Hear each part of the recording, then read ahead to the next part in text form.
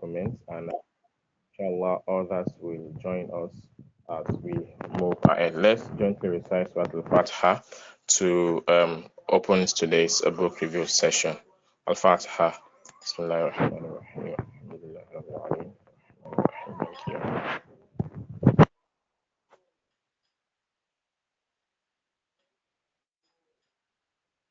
I mean, we pray to Allah subhanahu wa ta'ala to make and to accept this from us an act of ibadah and make our joining here today, our convention here today, as a source of ibadah for us and accept from us. Make it uja for us on the day of reckoning and not think. I mean, inshallah, as we all are aware, the book will be reviewing the money matters, something that has to do with how more like a 360 business book and all encompassing. And inshallah, we've got reviewers who have been working night and day to ensure that today is a success, inshallah. And they would be reviewing the book for us based on the allotted chapters to each. We have about um, eight reviewers, I think. Yeah, I think eight reviewers are led by Brother Akintola Abbas, who will be the lead reviewer. And inshallah, after this time out, I'll be handing over to him to moderate the session going forward. However, before that, we'd just like to take a word or two from the president of GRAMA, Madam Abdul Kabir Kuye, just to welcome us and also to encourage us to make the best out of the few minutes we'll be spending together here. Bismillah. Assalamu alaikum warahmatullahi wabarakatuh. Am I audible? Very well, please. Thank you. Jazakumullah khairan. Welcome everyone to another edition of our bi-monthly book review. And like they say, readers are leaders. And because we know that we are all engaged in one thing or the other, not all of us may have been opportune to be able to completely finish the book. We felt that having review sessions like this also boosts, it boosts you being aware of what's in the book, and many times should also spur you to go back to read that book yourself. Because when you begin to hear the reviews coming from people, you know that there's much more that you can benefit if you read the book yourself. So I still encourage us to try as much as possible to pick up the book and study. I've also not completed it on my side, but I also plan to. Hopefully, the lessons I'll hear from different minds that I've read and going to share today, spur me to also go and quickly take the book and complete. I pray that Allah will bless us with the knowledge of being readers, and I pray that Allah makes it easy for our brothers and sisters who will be taking the lead review. We all want to become better after this session. I pray that Allah will make us better off. I think I will just pause there and hand over to the lead reviewer. Alhamdulillah. Alaikum assalam wa barakatuh. Jazakallah khairan to President. Thank you, sir, for that beautiful presentation. Now, without wasting much time, we shall commence today's book review. First and foremost, we appreciate every one of us for taking out time to be part of this, particularly to join Sultan. I was excited to see that as at 10 o'clock, a number of people are already on the call. May Allah reward you. So to ensure that we all benefit from this and also allow others to benefit, I would implore us to try to share the gospel by inviting others to be part of this ongoing discussion.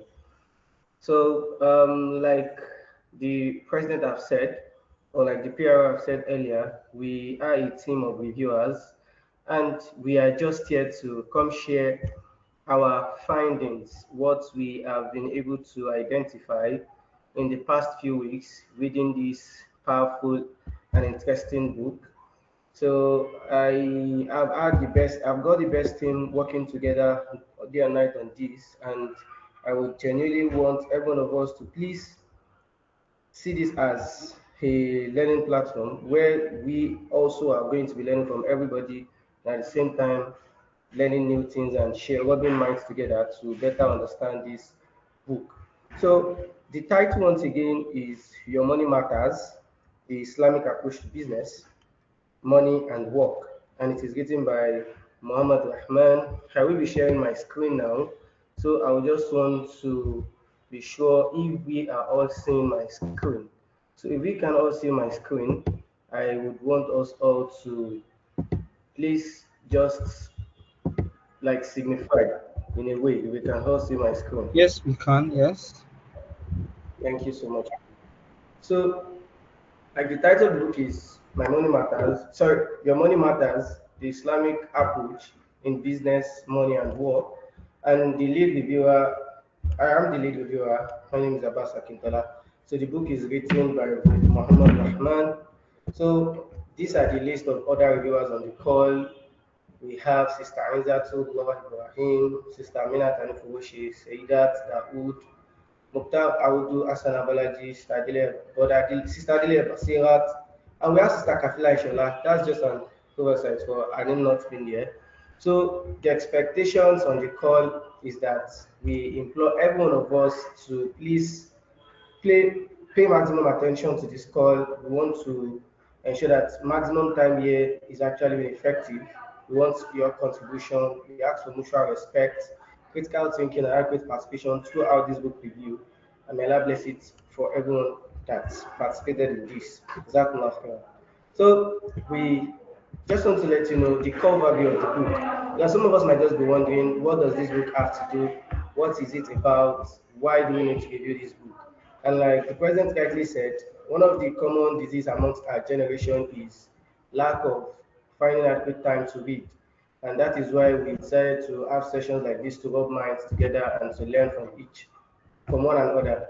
So the overview here is that see, this book is actually an Islamic approach in business, money and work. Because we all agree that every one of us today wants to make money, every one of us today are doing business. So this book offers a comprehensive guide to understanding how Islamic principles can be applied to modern business and financial practices.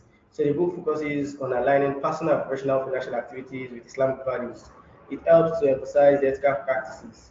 What are the ethical standards, the social responsibilities as a Muslims for us to actually run businesses? And essentially, the book is subdivided into three parts, core interesting parts. And we have 11 chapters overview, which all addresses the component of thriving as a business person from the Islamic point of view. So we will be starting with the chapter one, and to do that for us is Sister Aminat Anifuwoshi.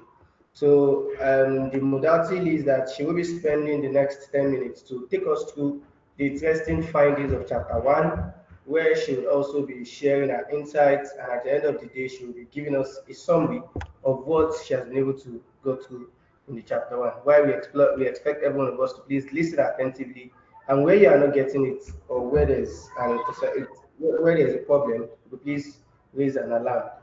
So while we get into it. So Sister Amina Tanfoshe, please, are you on the call? Yes. Jazakumullah khairan. Yeah, I would want you to go ahead from now. Thank you. Assalamu alaikum wa barakatuh. I am Amina Nifowoshi, and I'll be taking the first part of the book titled Your Money Matters, an Islamic Approach. All over the world, a lot of ceremonies are carried out in honor of launching a business. And this ceremony can be done in several ways.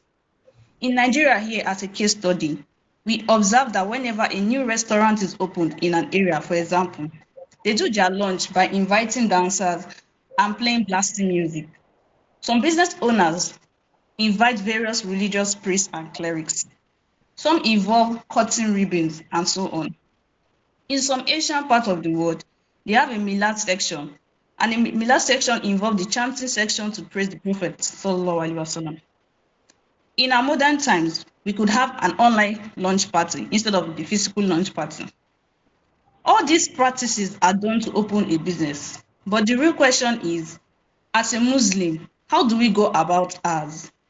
Are launching ceremonies haram, keeping in mind wastage and extravagance are not allowed in Islam? We all want to start a business without earning Allah's wrath, but His infinite blessing.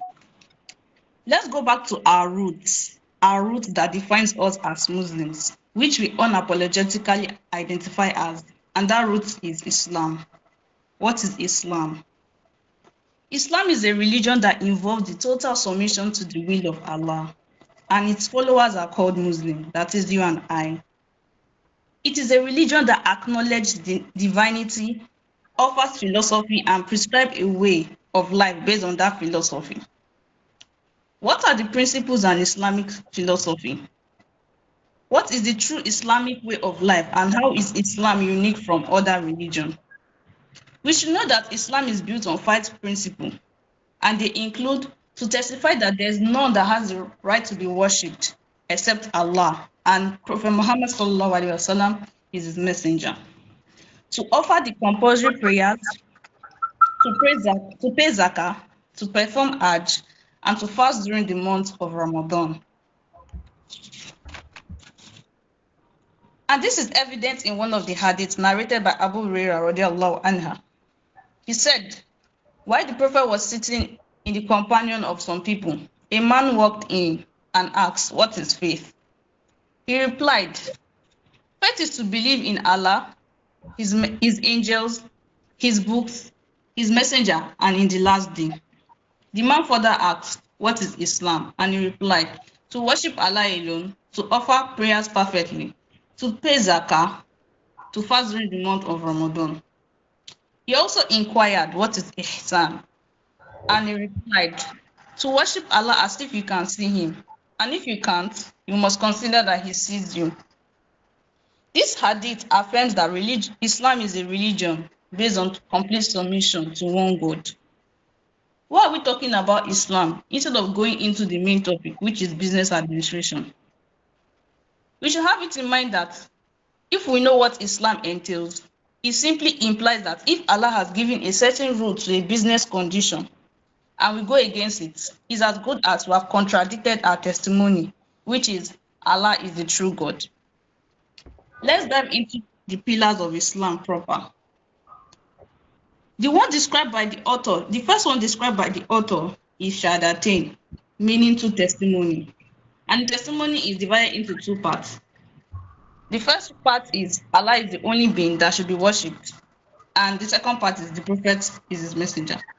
Both testimony goes hand in hand. And you can't say you believe in Allah without believing in his prophets and practicing what the prophet says you should do, which I assume. Then according to the author, he states that the Shahadatain is more universal than any other pillar of Islam. Take for example, we pray 5 times daily, we fast once in a year, pay zakah once in a year, and go for hajj in a lifetime. But the Shahadatain affects every moment of our life and is the link between Islam and many aspects of our life, including business administration. We should also note that the first part of the Shahadatain emphasizes the oneness of Allah, which is Tawheed, and the evidence can be seen in Surah Al-Ikhlas 1-3. Qul huwallahu ahad, Allahu samad, lam yalid wa lam yulad, wa lam yakul lahu kufuwan ahad. And in Surah Al-Fatiha, Iyyaka na'budu wa iyyaka nasta'in, you alone we worship and you alone we ask for help. And there are various types of Tawheed. We have the Tawheed al-Rububiyyah, Tawheed al-Uluhiyyah, and Tawheed Asma as-Sifat. Then we should note that the opposite of Tawheed is Shirk, and it comes in various forms. And the forms include the major Shirk and the minor Shirk. For the major Shirk, is giving attributes for Allah to another being, and this can be seen in business administration too. For example, a student who believes in his professor or mentor's view without paying heed to the rules established by Allah. That is an example of a major shirk. Then for the minor shirk, it involves anything that will lead to a major shirk.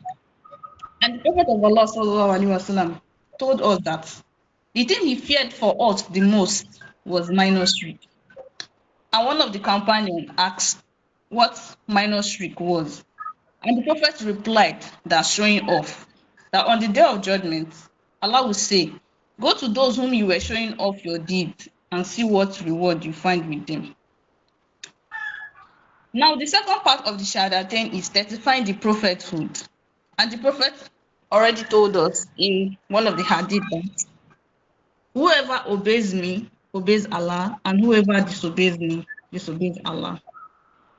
So this is an evidence that whatever the Prophet says we should do, it's it's a right upon us as Muslims to follow it, as is as good as obeying Allah. Now, moving on to the next pillar, which is Salah. Salah is the second pillar of Islam. And unlike other religions, the way we pray is very unique. If we should look at other religions, we're the only one that have a specific time at which we pray. Compared to others, they pray whenever they feel like praying. Some go to the extent of probably praying once in a year, maybe during the crossover time, or but we have to pray at a particular time every day of our lives. And the Prophet already told us in an hadith that the difference between us, we Muslims, and a kafir is Salah. And whosoever neglects it is a kafir. Hope we are following. Hello? Yeah. Yeah. Yes, you are listening. Yes, yeah. Okay. Now the difference between us and the kafir is Salah. And whosoever neglects it is a kafir. So it implies that if we claim to be Muslims and we don't pray our salat, it's as good as we disbelieve. Then the author emphasizes the importance of informing the non-Muslim the position in which salat is in our life. If we should observe, there are times whereby we go for secular programs, and I don't know whether it's on purpose. Sometimes these programs are fixed during the time for salat. Or let's take, for example, in schools, there are times that they fix classes during the time for salat. So the author here is trying to say that we should let the non-Muslim know how important salat is. Then if we should find ourselves in such position, it is necessary for us to take breaks to observe the salah. Now moving on to the next pillar is zakah, which is alms giving. And zakah is gotten from the root word which means purification. And the essence of zakah in Islam is to purify our wealth, as during the course of business, our wealth must have come in contact with some haram dealings. And it's also a means to remove social ills that could result to poverty. But in today's business, we see some commercial industry directing zakah into their corporate social responsibility. Moving on to the next pillar, which is fasting. It is required for every Muslim to fast and abstain from food, drink, and any sexual relationship from dawn till sunset. A negative trend has been seen when it comes to Ramadan from businesses. We observe that during Ramadan, the way all these businesses portray Ramadan, they portray it to be something more of cultural and something more of cultural celebration rather than a month that is duly for worship. So the author here is trying to Is that conventional businesses have adopted marketing practices aimed at hello. Oh. The author here is just trying to inform us that people in businesses should try and refrain from distracting the Muslim audience instead of portraying the month of Ramadan as a time where we should, if we should, I can't really remember a particular advertisement, but during Ramadan we see some advertising, some companies portray Ramadan to be a time where we eat, where we share food and all. So it's common among all this food industry. So the author is trying to inform us that instead of these people, he's not saying advertising during Ramadan is haram, but instead of portraying Ramadan to be a time for eating food, portraying it to be a time for extravagance and wastage. They should um divert that into portraying Ramadan to be a time to increase our worship. Then the last one is Hajj. And Hajj is the fifth pillar of Islam, like we know, and it involves the migration from Mecca to it involve migration to Mecca, and it's compulsory for those who have the financial means at least once in a lifetime.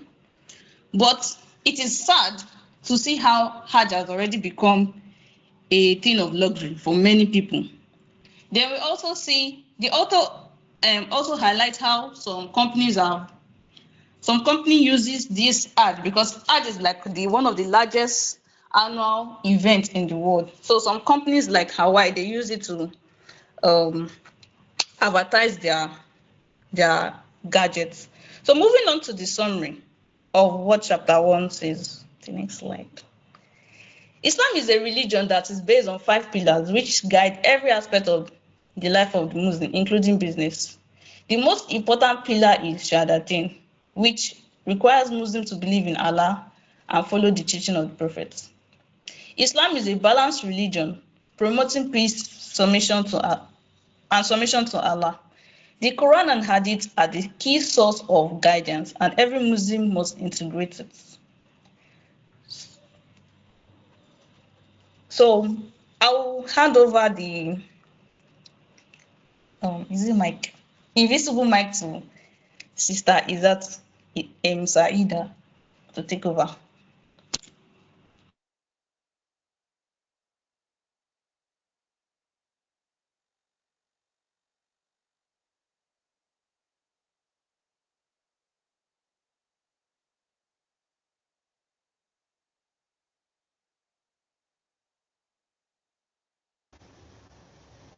Assalamu alaikum warahmatullahi wabarakatuh. Assalamu alaikum to Barakatuh. So thank you very much, Sister Amina, for that beautiful presentation. I believe that our participants must have gotten one or two things. So thank you everyone for your contributions and for being part of this with us. So without wasting much time, we will go straight to the next thing, and that is we having Sister Izatullah to go straight to the next chapter. So Sister Izatullah, Assalamu alaikum warahmatullahi wabarakatuh. Sister Sarina, Assalamu alaikum warahmatullahi wabarakatuh. Alaikum Salam. Please, can you all hear me? Assalamu alaikum. Walaikum salam. We can hear you. My name is Saida Daud. I'm taking chapter 2, which is business administration.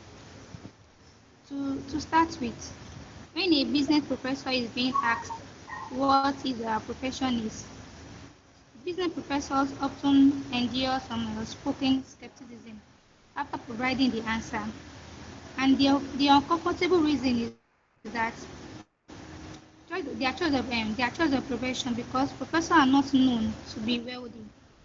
So business professor can actually teach how to do or handle a business, but most of them are not practical. So indeed cannot like put it in practice. So indeed teaching and performing are not the same because someone is an expert in marketing does not mean that he or she needs to know how to make money or even know every aspect of business administration. Even for the fact that there is rich diversity of tasks involved in business administration. So it is simply not possible for every good business professor to be good at business or to prove that fact. So moving on to the definition of business administration. According to the author of this book, he described business administration as a box containing production engine that delivers products which are in turn sold in exchange for revenues. And running the production engine requires resources and raw materials. So the business incur costs. Let me break this down in a simple way. The box analogy. Now let's imagine a big box, and inside this box there is a powerful engine that produces goods or services. This engine is like the heart of the business, and the production engine uses uses resources and raw materials to create products. Now let's think of resources like workers, machines, and money. Raw materials are the inputs used to create the products. Once the products are made, they are sold to customers in exchange for money called revenue. Running the production engine and making products cost money. The business has to pay for resources, raw materials, and other expenses, and these costs add up. Now, here is the important part. If the revenue, if the revenue, that's the money made from sale, is greater than the cost, the business makes a profit. But if the costs are greater than the revenue, the business incurs loss. That's the basic idea of business administration, according to the author. Now let me now move to the justification for considering the role of Islam in business administration. There are some justification to consider for the role of Islam in business administration. From the Noble Quran, Allah subhanahu wa ta'ala said, so whoever hopes for the meeting with his Lord, let him work righteousness and associate none as partner in the worship of his Lord. So whoever hopes in his or her mind that one day he's going to meet with his or her creator should always try to do right things in his or her dealings. And the Prophet Muhammad sallallahu alaihi wasallam was also asked, what kind of earning is best? He replied, for man to work with his hands and every honest transaction. So in any transaction a man wants to engage in, he or she must try to be honest in it. Thus, business administration is an ideal text for business. Business administration is an ideal task for Muslims, since it involves labor and can be a means to support honest transaction. And first of all, Islam is distinct from other religions in at least two ways when it comes to business practices. The first one is the ethical standard of Muslim businesses and their administration. And these are not only the result of spiritual guidelines, rather, they are the implementation of Islamic principles. In any business practices a Muslim wants to involve in, there are some Islamic ethics standard that he or she must follow. And secondly, Islam features prominently in every varieties of way when it comes to ethnics. So, to conclude what I've been saying, we have the summary. This chapter 2 focuses on the key principles of Islamic business administration, and it emphasizes the importance of ethical conduct, that we should have trust in Allah, which is tawakkul and righteousness, which is taqwa, that is the fear of Allah. It also highlights the need for consultation, shura, and seeking guidance, which is istikhara, and through prayer when making business decisions. The chapter stresses that true success in business comes from following Islamic principles, not relying on luck. It encourages Muslims to earn halal profits and act with integrity. Assalamu alaikum warahmatullahi wabarakatuh.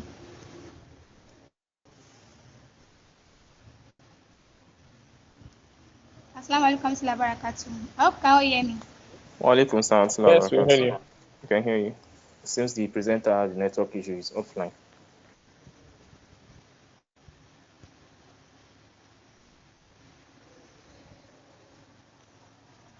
Choose.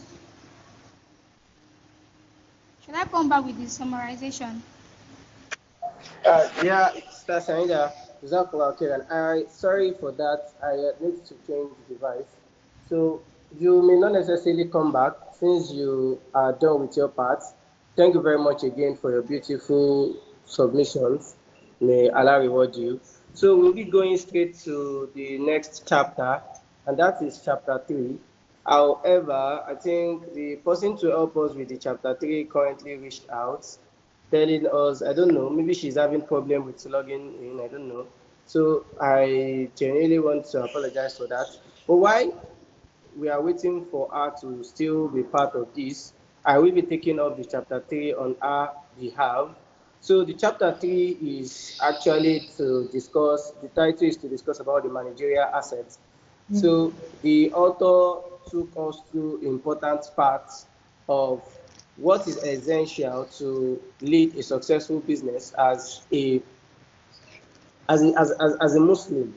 So he started by creating a scenario by telling us of some of the superstitious or popular false beliefs that are linked to businesses.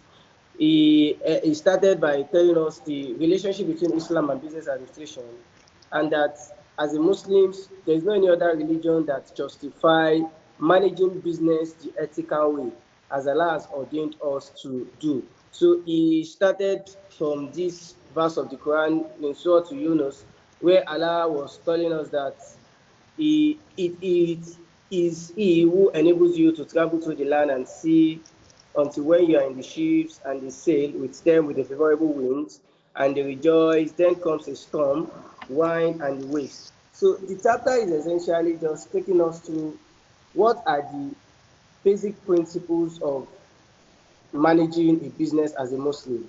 And this chapter helped us to identify that as a Muslim, we have got to know that it is important that our business is based on Islamic principle, which must be focused on taqwa, it must be focused on tawakkul, it must be focused on istikhara and shura. So is that Muslims should not just do their business or manage their business or even go into business without doing the adequate investigations or adequate research before starting one. So it's expected that as a Muslim, we're expected to do our own thorough search before diving into businesses. And when we are now doing business, we should ensure that the business is solely made to please Allah, and it should not be based on luck or any material gain. Nobody asks us not to make profit as Muslims, but as much as we are making the business, we should ensure that we earn halal and it's an ethical profit. We are not part of those who just want to venture into business just because we want to amass wealth without considering others. So part of what the author mentioned or stressed in the book is that Muslims do not follow their religion only the uncertain part of the business equation. So they not just say, okay, it is only what suits them that they will do in business. They would always want to bring Islam principles. They want to always want to imply Allah's injunctions, and they will always want to follow the guideline related to management as established by Allah and how it is being practiced by the Prophet. So another thing that the author stresses is that Muslims do not expect Allah to automatically compensate them for their submission to increase business revenue. Rather, they understand that it is important for them to put effort, and you should know that for every of their actions in businesses, for every of the things they do, if they are doing it within the confine of Islam, then Allah is going to reward them for their effort. And obviously, the basic principles that they must establish, which are the core attributes of managing a business as Muslims, is that we need to ensure that we have taqwa, the fear of Allah, for even the littlest part of the transaction. The next is trusting Allah and us having patience in the good and the bad time of the business. And the next is also to always pray for guidance. There are many businesses, there are many investable businesses ideas that we must have think of, or how to even diversify or to go into other new exciting business just to make more wealth. But as a Muslim, at any point you are doing this, it is important to actually pray for Allah's guidance. And eventually, it's also important that you consult, because these are the attributes of the earlier Muslims. They would not just go into any businesses without adequate consultation. They would be very, very patient, consult, and ask Allah to guide them in their business decision. So lastly was where in conclusion, this chapter is just trying to highlight the standard practice in Islam, which Muslims are strongly advised to uphold when trying to establish a business. And it's highly a commendable approach that when dealing with business, they are known with sterlingness. A Muslim should not be into any business transactions that will make people be suspicious of them, and they should not also enter any business with the hope of trying to take advantage of others. As much as they already place it on taqwa, they would know that it's essential for them as a Muslim to continue striving. And another interesting part that the author tried to liberate the Muslim is that as Muslim, we must not ignore religion in any part of our business administration. We must not say that is this is not part of Islam. Like I earlier said that even the littlest part of the business transaction should be based on the fear of Allah, and we should always be reminded that our hereafter is better than the current gain of this. And I said in Surah to Yusuf, where Allah mentioned that وَلَا أَجْرُ الْآخِرَةُ خَيْرٌ لِلَّذِينَ آمَنُوا وَكَانُوا يَتَّقُونَ. That, and verily the reward of the hereafter is better for those who believe and used to fear Allah and keep their duty to Him. So this chapter helps to awaken the managerial spirit in a Muslim business professional. And by you doing it, you should know that it is essential of you as a business person to have basic attributes before venturing into business as a Muslim, which among we have mentioned is the taqwa, tawakkul, you doing istikhara, and the shura, like consulting people before you venture into business. These are the basic elements of what should look like when you are managing a business as a Muslim. And this is what the author help us to establish. So going up to the next chapter, Sister Basira, are you with us on the call?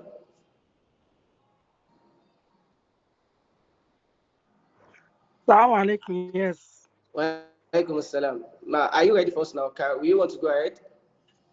Yes, I am. Jazakumullah khair. No. Assalamu alaikum warahmatullahi wabarakatuh. This chapter dealt with motives and reasons we do businesses. For every entrepreneur, as the Muslim, we should consider the objectives of our business in relationship with our deen. All business endeavors, according to this book, should be majorly on our Aram, halal, not Aram, because even to the administration of the business too should be majorly based on Aram, halal, not Aram. And the writer endeavors to look into investments we are interested in, check properly, are these Aram or halal, because we are going to be answerable to Allah at the end of every business we venture into. The writer also highlighted instances where some people were segregated because they insisted on practicing halal businesses. Like taxi driver in Minnesota, they were persistent on not picking passengers who are alcoholic or who are drunk. This gave them a strong hold where laws and regulations were even made to favor them, that they had to have a different light because they don't pick passengers who have drugs, alcohol, or non-halal products on them. So with this, it's in this trending age of Gen Z and all, these people stood out, firmed their base, and insisted on doing what pleases Allah rather than what profits them. Also, an instance is where products from Denmark was boycotted because they were supporting the genocide in Gaza. These are instances where a lot of business will make losses, but in the end, who are we going to be accountable to? Allah subhanahu wa ta'ala. So the writer encourages us as business owners to be insistent and persistent in venturing solely on products or enterprises who are majorly halal based. In summary, the writer encourages us to advocate for laws, practices, constitutions, acts, payment policies that are Islamic oriented, because in the end, we are laying foundations for newer generations to do business in a more Islamic way and in a God fearing way. Assalamu alaikum. Welcome, Salam Salabakatu. Thank you very much for that beautiful submission. Jazakumullah khairan. Yeah, before we go to the next chapter, we just want to have a very short break, not like a very long one. It is more like an interlude session. And the idea is that we have some recharge cards that we would want us to benefit from. So I will be calling out the, I'll be calling some for this session. Why I would tell us the network, and please, if you are the person, the lucky winner, please kindly let us know before we go straight into it. But before we do that, a few minutes, please. I would want the person for the chapter 5 to go ahead first. So it is after we are done with the chapter 5, but that's just to let us know that we have a chat card for us while we are going on. So to do that, well, Mukhtar, I want you to go ahead now. So it's after we are done with the chapter 5. That's when we are going to go for the short break. Thank you. Bra Mukhtar, are you with us? Please go ahead. نعم أعوذ بالله من الشيطان الرجيم بسم الله الرحمن الرحيم نعم chapter 5 is based on finance and accounting. Now it provides an overview of finance and accounting and its importance in the Islamic banking and finance industry. So the chapter 5 explains the concept of riba and the misconceptions people have of it in details. It also explains finance and Islamic finance, and it brings out the criticism of Islamic finance, and it also explains accounting. So in our world today, like different different non-Muslim, they have embraced, they endorse Islamic finance. For example, the Vatican, like they endorse Islamic banking. Like they suggested that the ethical principles on which Islamic finance is built may bring bank closer to their clients and to the true spirit which should mark every financial service. Now, so based on this, and sadly, many Muslims today, like they have not fully embraced this Islamic banking and finance, and this is very surprising to us because if we consider the severity of the warning against riba, like we are going to look at it very well. So Allah subhanahu wa ta'ala mentioned in the Quran, Allah in Surah Al-Baqarah, Allah said, Ya ayyuhal ladina amanu, taqullah wa dharu ma baqiya min riba in kuntum mu'minin. فإن لم تفعلوا فأذنوا بحرب من الله ورسوله وإن تبتم فلكم رؤوس أموالكم. Now, so Allah was telling us that, oh, you will believe, be afraid of Allah and give up what remains due to you from riba. Indeed, if truly you are believers. So Allah now continue. If you do not do it, then take a notice of war from Allah and His Messenger. But if you repent, you shall have your capital soon. So based on this ayah, we all will understand like the severity of riba if truly we are Muslims. Now, so let's now talk about finance. Uh, so in any business, one of the most important tasks of any business is gaining financial resources, which may include to invest capital through loans, offering bonds, selling shares, and different things.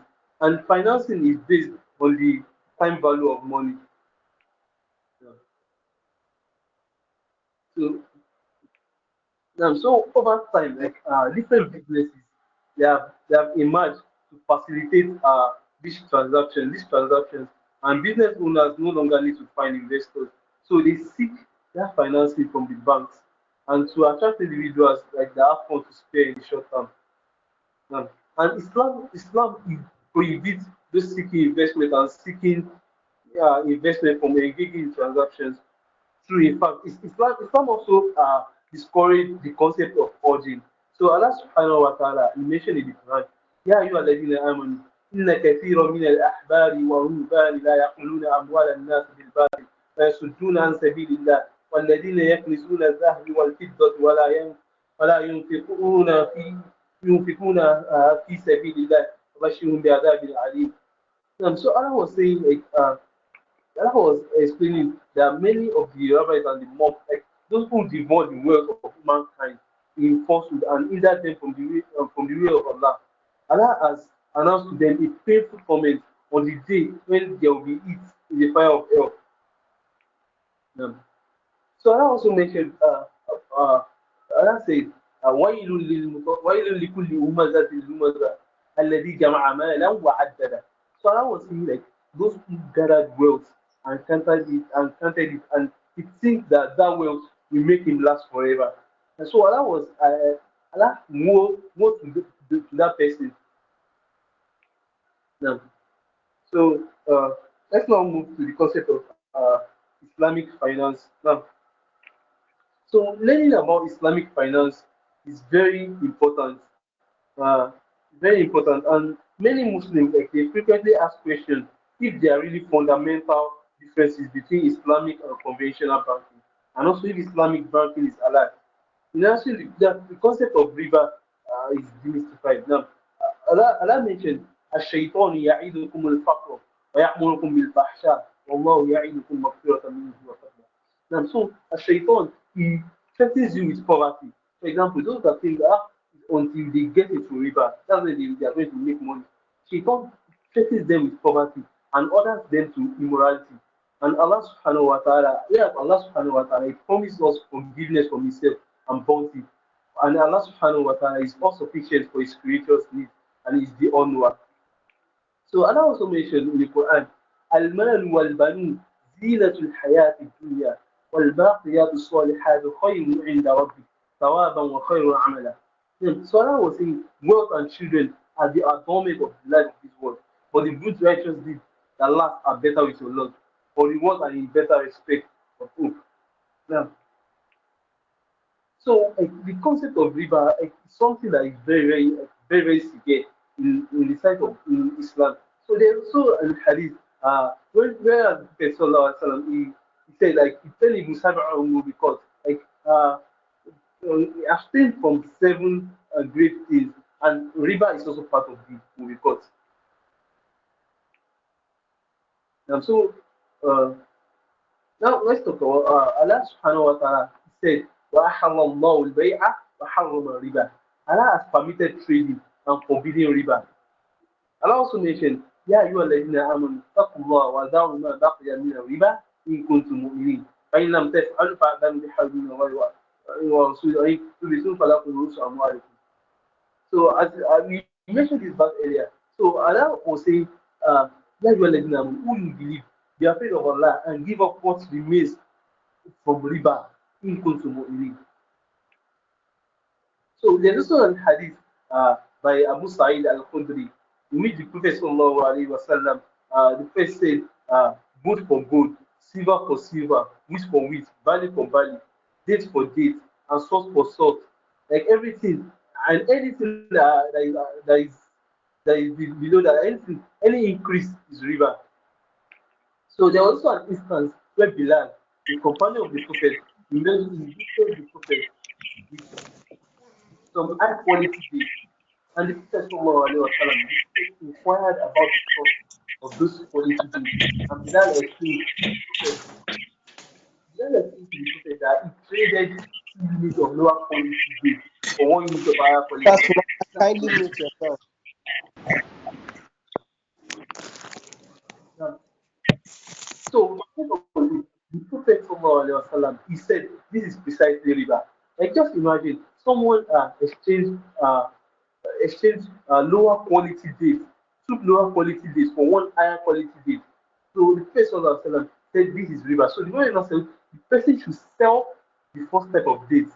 So the person should sell the two lower quality dates. So after selling it, now use the proceeds to buy the other one. Not that if you exchange it. Now, so yeah, Abu Hurairah radiallahu anhu, he also reported from the Messenger sallallahu alaihi wasallam that the Prophet sallallahu alaihi wasallam said riba is of 70 different kinds, and the least grade being equivalent to a man marrying his own mother. Now, so we stated earlier, like that there's a common misconception, like there's a misconception that we have that riba is identical to interest. So, an interest is not considered to be the haram riba. Now, the concept is that riba is haram whereas the time value of money is simply an element of natural phenomenon. Now, so we have various concepts.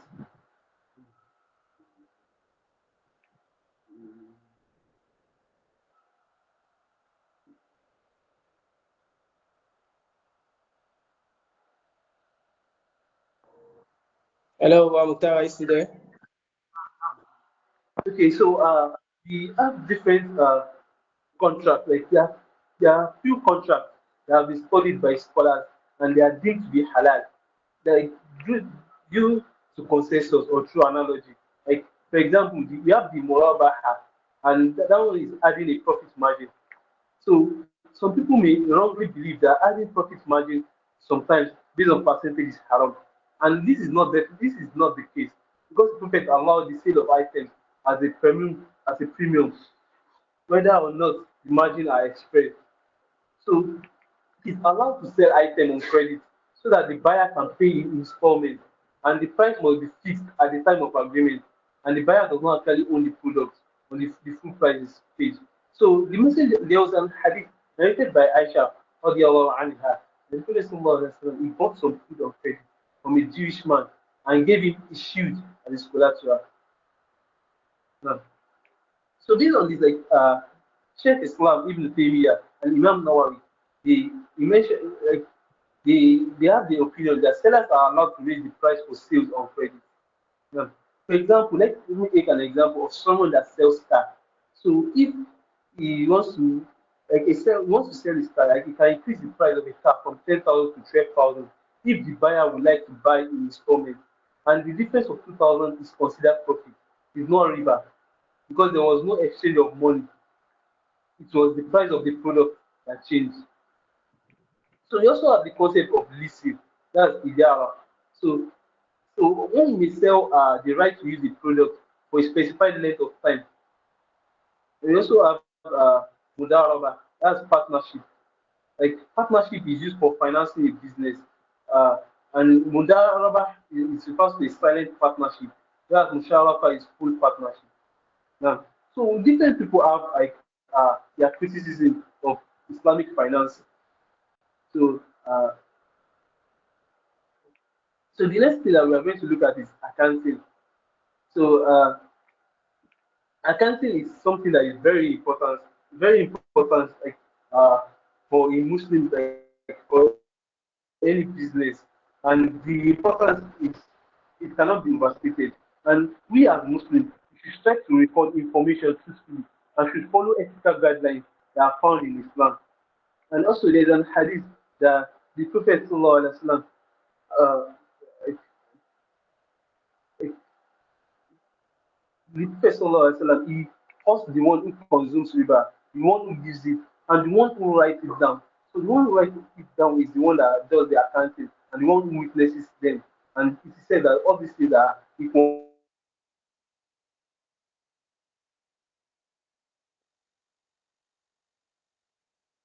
So the one who accounts for riba is the one who does the accounting, and the one who witnesses them. The one who accounts for riba, like they are the same thing that is doing an account of riba. Like you are also part of someone that is consuming riba. So each and Kindly, every one of us, like if anybody that is our doing time is it, fast spent. Please kindly now wrap. so so I pray Allah subhanahu wa ta'ala makes us all to follow the path of Islam and to live riba alone. So whoever is consuming riba, that's Allah subhanahu wa ta'ala to make it easy for the person to live riba. Jazakumullah khairan. Now, Amin wa antum wa jazakumullah khairan. Thank you so much for your presentation, Brother Mukhtar. Now, I believe by now we all must have been filled with important knowledge about how to do business the Islam way. Alhamdulillah, Rabbil Alamin. So, before we move to the next phase of the review, like I said earlier, that we have some recharge cards for us. So, we are going to be doing for MTN and Airtel now. Why I expected also to, I believe that while still on the call, it's still possible for us to recharge our cards. So to do that to us is actually going to be Sister Amina. She's going to be calling the card. For now, we will be doing for the MTN users first. So please, if you're an MTN user, you can just kindly start, bring out your phone. I believe your phone is with you. We can just write the code now while we get started. So, Sister Amina, are you with me? Yes, I'm with Okay. So, are you ready for us? Yes. Okay, please, you can go ahead with one instruction is that every of the book reviewers and executives from GRAMA, please, you are not allowed to participate in this. I will tell you abundantly. So why other participants are allowed to please take active part of this? Is that clear?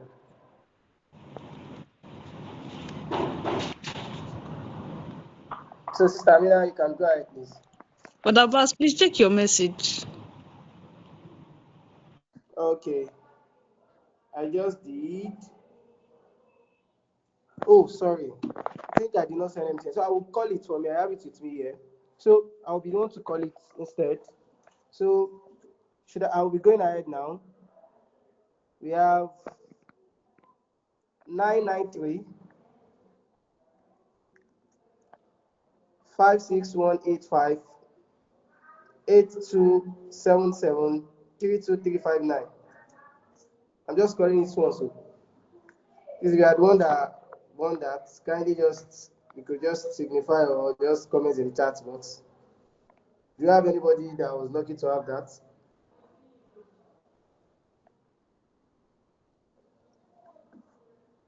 Anyone? Or nobody took that got that? Should I come again? I'm not supposed to come again. Do you have anybody?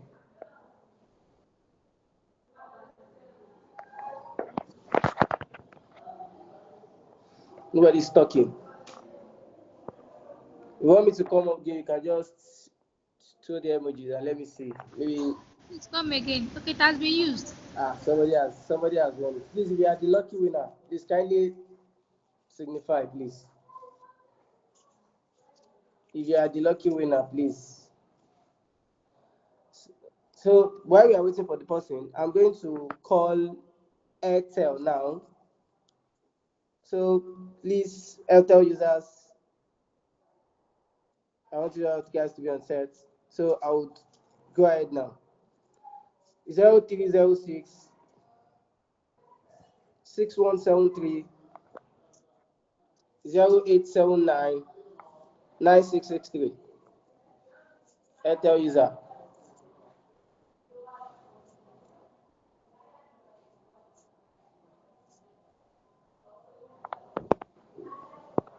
Airtel users. Please, do you get that?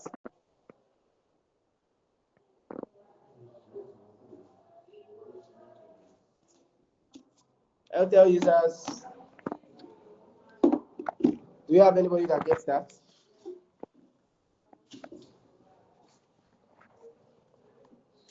So while we're expecting a winner for that, I will call MTN again. Another MTN. Alhamdulillah, Sister Ofia Deomi got it.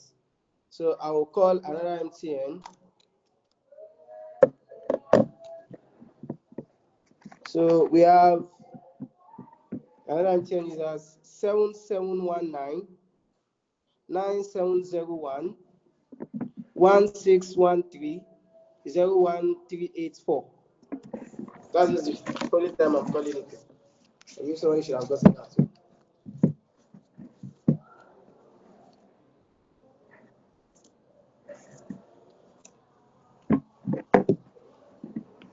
Do you have anybody that got that? And please, Sister Zainab again.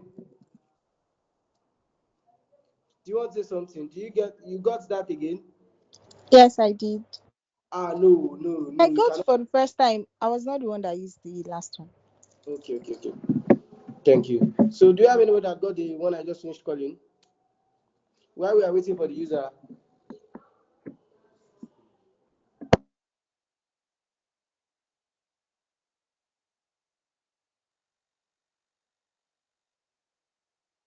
So I want to call for Glow users 58582 89425 68063. So I think we will return back to the review now because the time is fast spent, we plan to end up in the next minute.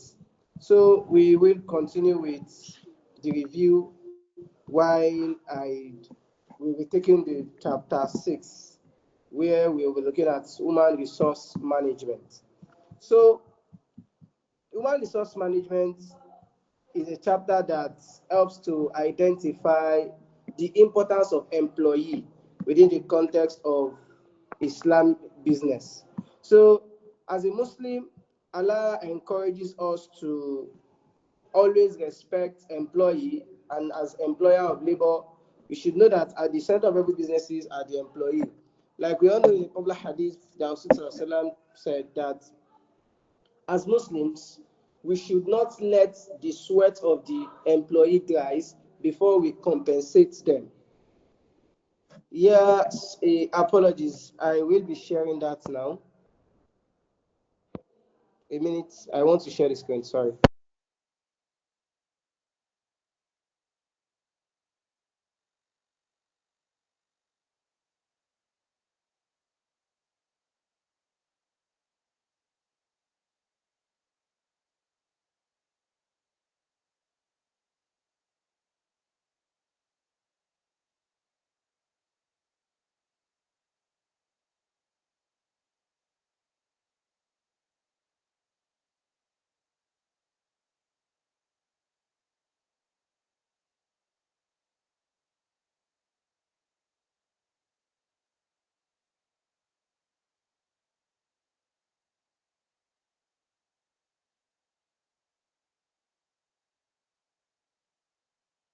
Okay. Hang on.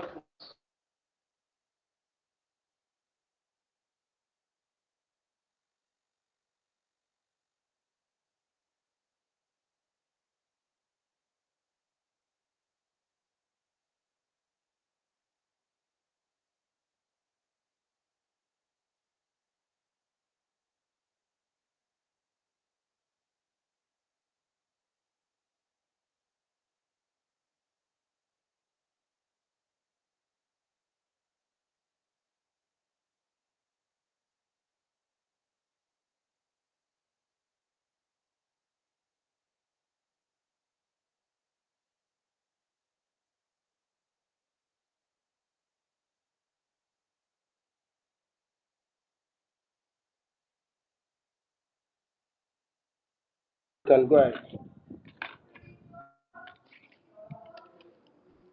Sister Amina, are you there?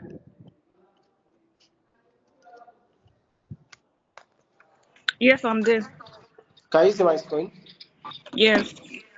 Jazakallah khair.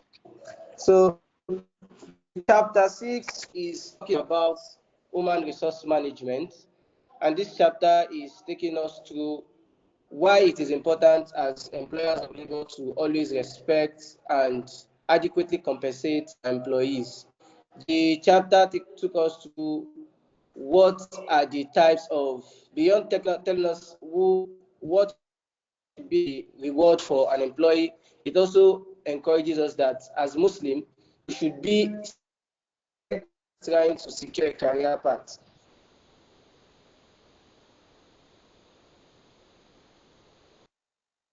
Career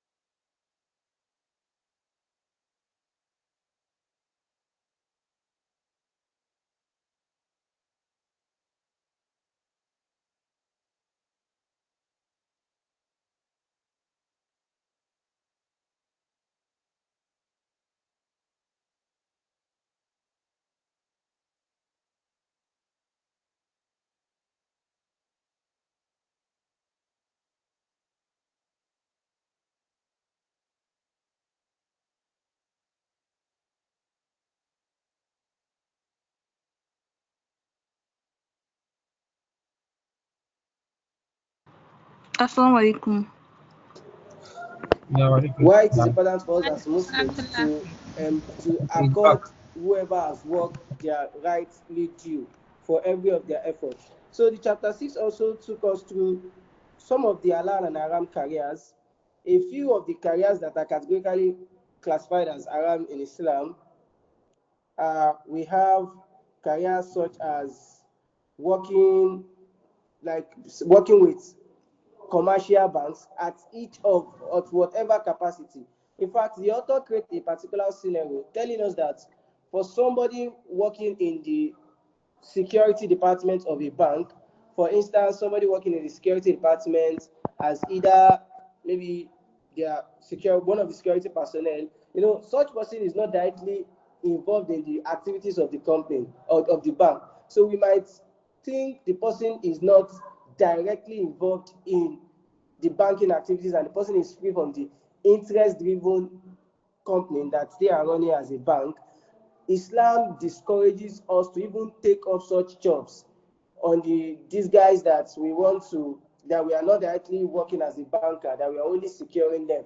Even for those that might be working in the culinary department of the bank, these are types of career that Islam discourages us from engaging in. Also, working in any form of alcoholic or tobacco company, as Muslims, we should know that it is discouraged for us to engage in it. The author also emphasized why it is important to know some specified financial institution.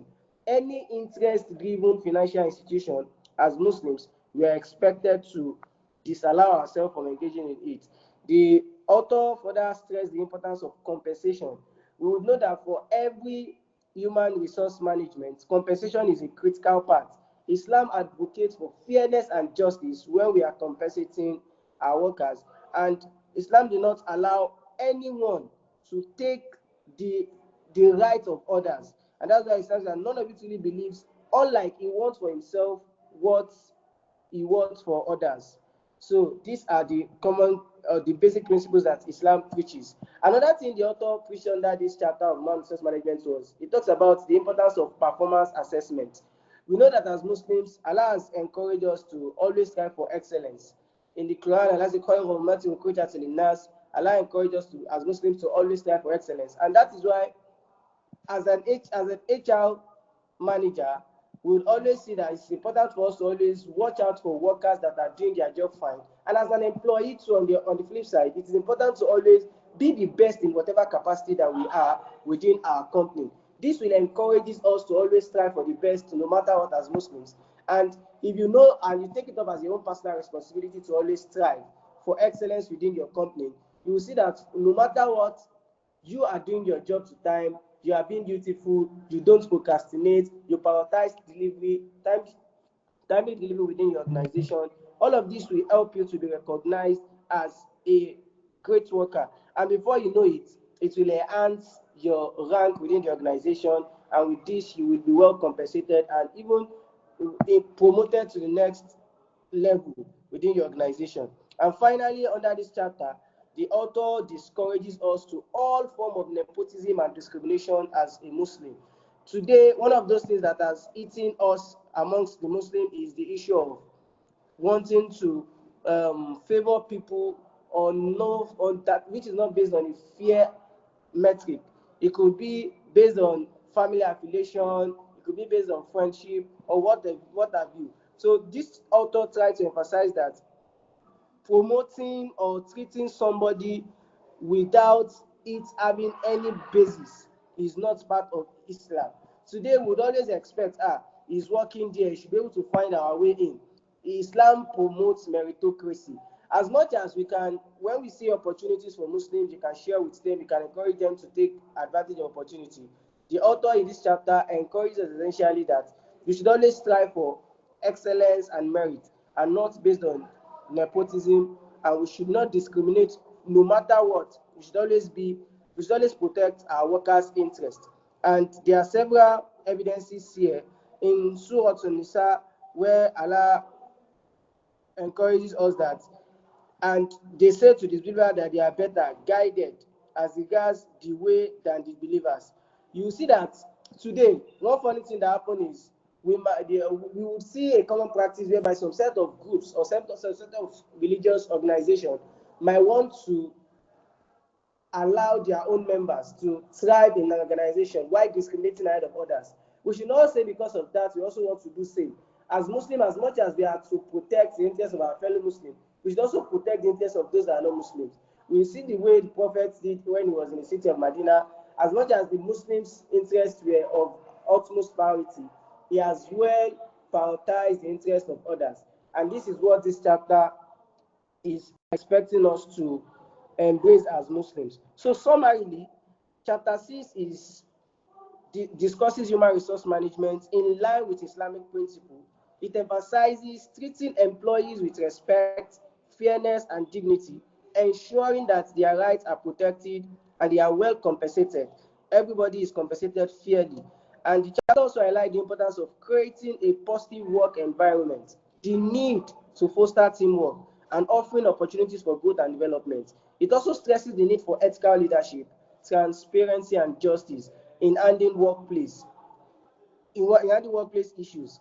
Also, is that this chapter also emphasizes the importance why employers of labor are expected to encourage their employees by through the act of stewards, through the act of welfare, and also balancing both business goals and social responsibilities. These are the ways we can have a good and a great workspace environment. So we will be going to the next chapter now, and to do that for us, we have Sister Kafila Ishola. Think, Sister Kafila, are you there? Chapter 7. Yes, I am. So, my name is Kapila Ishola, and I'll be reviewing chapter 7 of Your Money Matters. Sorry, are you discussing still about... on the call? Sister Kafila Yes, Ishola? yes. Yes, you have started. We can hear. Oh, sorry, it's for me. Please go ahead. Okay, so I'll be reviewing chapter 7 of Your Money Matters, discussing about organizational behavior. So the text actually started with that popular chapter of the Quran, Surah to Hashri, where Allah subhanahu wa ta'ala says, Wal Hashri innal insana lafi khusri illa allazina amanu wa amilu solihat wa tawasaw bil haqq wa tawasaw bis sabr. Allah subhanahu wa ta'ala says, by time, excuse me, sorry. Allah subhanahu wa ta'ala says, by time, indeed humanity is in loss, except those who believe, do righteous deeds, encourage one another to truth, and counsel one another to patience. So basically, this is actually drawing us to the fact that Allah actually talks about how we Muslims, how we are to behave. Looking at that particular verse and the particular chapter of the Quran, Allah emphasizes righteousness, Allah emphasizes truth, Allah emphasizes counseling of one another in patience. All of these traits are actually what attributes of Muslims. So let's now go back to the topic, that's organizational behavior. Organizational behavior examines how individuals and groups function within organizational setting. It actually extends beyond the boundaries of HR, and from the text, we are actually told that the organizational behavior is a superset of HR. It actually encompasses the study of human behavior across various organizational landscape, drawing upon psychology, explore topics such as the personality, motivation, emotional dynamic, group behavior, and workplace relationship, aiming to predict, influence, and enhance behavior within professional environment. Basically, what this is just telling us is about the fact that when you talk about organizational behavior, it is actually is a key aspect of work, or is a key aspect of business. So basically, we as Muslims, we need to actually study what organizational behavior is, and also look at how we are going to Islamize it and make it better for us. So let's now go to what Islam actually says about organizational behavior. Before that, we should know that Islam provides divine guidance to everything in life, be it daily activities, businesses, and so on and so forth. So Islam provides divine guidance. Also, Islam provides divine guidance that shapes human conduct, elevates it beyond the confines of worldly ambition to align with spiritual success. So basically, it is not just about business is basically it's not just about this what the law making profit and that's actually Islam has actually taught us that, or Islam has actually guided us such that we are going to benefit from this life and the hereafter. Then Allah subhanahu wa ta'ala says in Surah Al-Mulk that Allah ya'lamu man khalaqa wa huwa al-latiful khabir. Does he who know? Does he not know who created? And he is the knower of all. Is the all aware. So basically, excuse me, please. Basically, without divine guidance, we should know that without divine guidance, human have prone to misguidance and loss. So in essence, before we actually do anything in life, we have to look for. We need to seek divine guidance before we actually embark on life. So let's now look at the Prophet Sallallahu. Let's look at the life of the Prophet as a model to us in organizational behavior. The life of Prophet Muhammad Sallallahu is actually the ultimate blueprint for organizational behavior and leadership. Allah subhanahu wa ta'ala praises in Surah Ahzab, verse 21 that laqad kana lakum fi rasulillahi uswatun hasana liman kana yarju Allaha wal yawmal akhir wa dhakara Allaha kathira. That indeed in the messenger of Allah you have an excellent example for whoever hopes in Allah and the last day and remember Allah often. So this is actually telling us that as much as possible we have to make the Prophet as our role model. And how are we going to make the Prophet in as regards organizational behavior? How do we now learn from the Prophet? The first one is what? Let's look at the key traits of the Prophet in leadership. The first one is what is unwavering integrity. We are told that even before the Prophet was crowned the Prophet of Allah, he is known as being what Al-Hamid, trustworthy in every aspect of his life, is honest in all aspects of his life. So as Muslims in business or in business, we as much as possible to be truthful and honest in all ramifications. It's actually telling us that it is important also to uphold the that one of the attributes of God, that's honesty in every aspect of our life and even in business too. Also, when we talk about wisdom and humility, when we go back to the series of the Prophet, we will see how the Prophet is able to is able to lead the Islam, is able to lead the Muslims. Is able to lead the Muslim with wisdom and humility, such that before the Prophet is actually is the leader, but yet is like the forerunner of that particular thing. Let's look at the battles that Prophet fought. He's at the forefront of the battle. So he won't say that because he's the leader, he just lie down and just ask his followers to go and do a particular thing. He not do it. So basically, the Prophet actually is wise whenever he's dealing with his sahabas and other people, and also he is humble too. So basically, the Prophet balances strategic foresight with a profound sense of humility, embodying servitude to Allah. Yes, he's the leader. We also should learn that the Prophet is actually the leader, and yet he put all of his trust in Allah's part, that everything he's doing is in servitude to Allah's subhanahu. Then also another attribute of the Prophet is on compassion and empathy, and also is on patience and perseverance too. So basically, as regards empathy, we are told that Prophet Muhammad that Anas bin Malik narrated that I saw the messenger of Allah for like 10 years, and not once did he say to me, "Oof." If I did something wrong, he never says, "Why did you do it?" or "Why did you do that?" And if I neglect something, he never said, "Why did you do it?" This is how the Prophet has actually related with the companions. So as Muslims, as leaders, as a manager in a company, you have to ensure that the way you should be humble, you should be firm and humble whenever you are treating your employees or your subordinates. So let's go to the next part of that text. That's fostering mutual respect and organization. So a thriving workplace is built on mutual respect and kindness, and Allah subhanahu wa ta'ala commands us that, and lower your wings to the believers who follow you. So it's actually telling us about as much as, and also that particular text also emphasizes that that as much as possible, Muslims do not envy one another.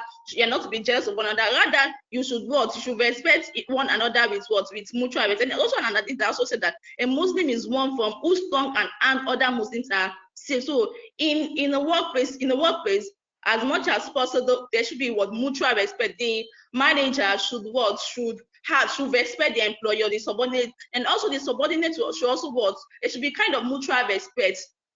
amidst those working. So basically, then also another part is what enjoying good and forbidden. I need to mention this. Be it anywhere, in our place of work or in business, we have to always ensure that what we enjoy good and forbid evil. Is one of the key is one of the key aspects of what of the organizational behavior in Islam. We have to always do that. And the last one, and I said, is so to Imon that we are actually the best of mankind, and the reason why we are the best of mankind is that we enjoy what is right and we what is forbidden. So every time, of course, we know how corruption is in the country. We know how people go into bribery, and or as Muslims, we have to always ensure that it might not be very easy, but we have to always ensure that we enjoy what is good and forbid what is evil. Also, the Prophet also emphasized that whoever among you sees an evil, let him change it with his hand. If he cannot, then with his tongue. And if he cannot, then with his heart. And that is actually the weakest of it. We might see our organs, the managers doing something bad. Sometimes we might not actually be able to correct it with our hand nor our tongue. But let us ensure that we correct it in our mind. Not that in our mind we start supporting them, that they can actually do it. But in our mind, let us try to correct it. And we are even told that even that method of correction is actually the weakest of it. Then also resisting cultural dilution. There are so many things in workplace today, and there are so many things in workplace today. There are lots of conflict. There are a lot of things. There are a lot of cultural values that actually conflict with Islamic value. Example is the male and female shaking each other. It is actually against the principle of Islam. So as much as possible, no matter how it is, we should, and I'm to lie that it is not so common again. We have sisters and brothers that actually uphold that values too. Also immodest attires too. As in fact, there is a way that as managers we can actually ensure that our employees dress modestly. We can actually get to that situation whereby employees can also dress modestly. Then it also made me remember this. I think I'll talk about. So we should know that professionalism should reflect simplicity, modesty, and integrity, avoiding extravagance, dishonesty, or arrogance. So basically, to attain success in this world and the hereafter, Muslims must anchor their behavior in the teachings of the Quran and the Sunnah. So in essence, by internalizing this principle that we've actually learned today, Muslims can actually excel both professionally and spiritually, embodying the value that distinguish the Ummah of Islam. Let us strive to emulate the character of the Prophet and uphold the divine teachings that illuminate the path of ultimate success. I'm done. I'm done. Alaikum assalam to Allah barakatuh. Jazakallah khairan for that presentation, ma'am. Yeah, we will be moving straight, and we want to thank all our participants. Thank you all for your patience. We are almost getting to the end of the call. We will be inviting the next presenter to please go ahead now. So, and to do that for us is Sister Asana Balaji, who is going to be reading chapter 9 and 10 respectively. Sister Asana, assalamu I have not done it actually. Oh, wow. Kindly go ahead. I thought you did the two together. Kindly go ahead.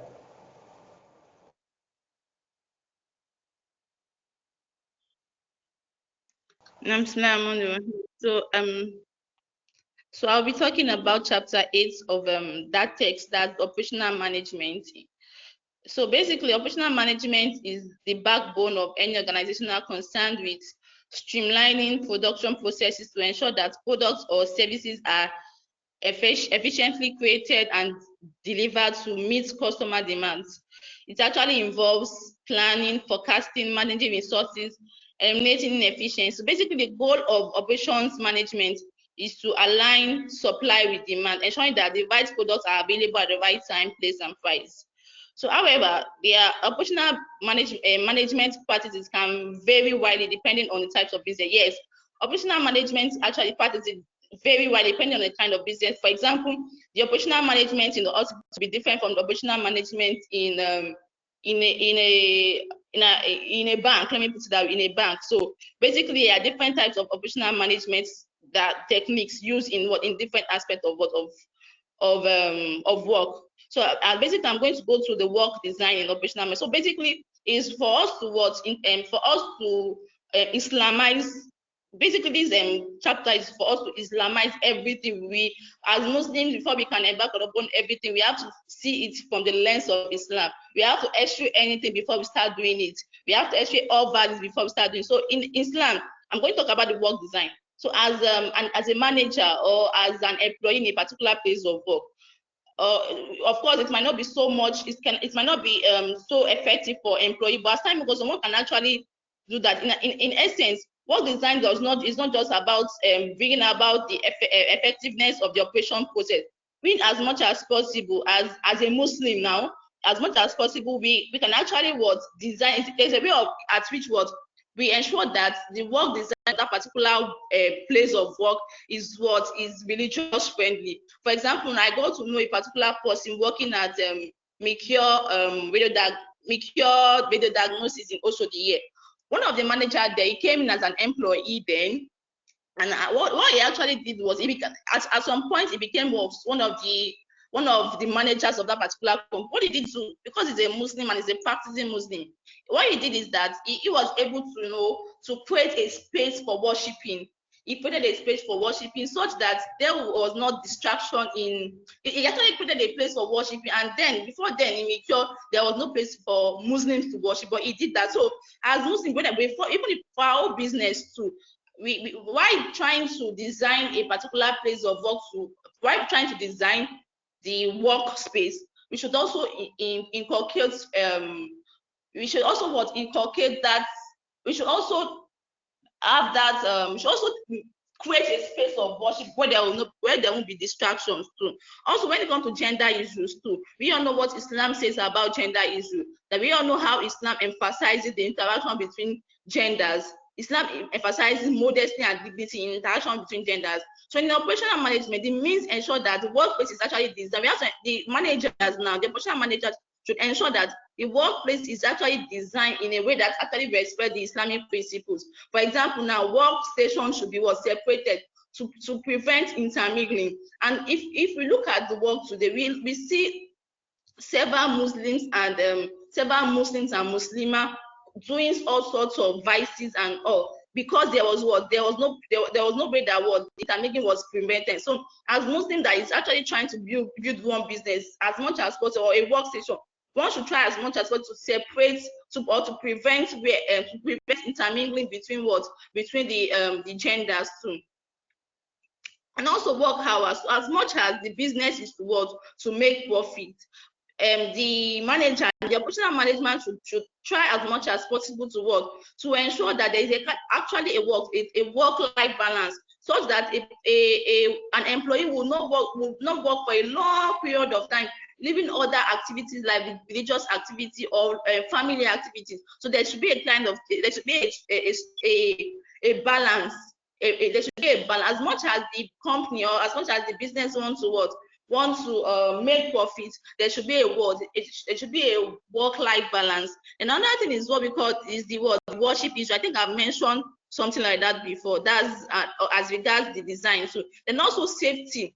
Workplace safety is a critical concept in operational management, and in industry like manufacturing and construction, workers are exposed to various hazards. So operational managers have a responsibility to identify these risks and take proactive measures to protect their workers. So as Islam teaches that the well-being of each individual is important, it's essential that managers ensure a safe working environment for all employees. The Prophet stated that the believers are like one body, and when one part suffers, the rest feels the pain. So this actually emphasizes the need for mutual care and safety in any organization. And let's now go to the contract and allow practices in operational management. When we talk about contract is a crucial part of operational management, and it is in ensuring that business relationships are governed fairly and transparency. Islam emphasizes transparency, and that is one of the longest verse of the Quran.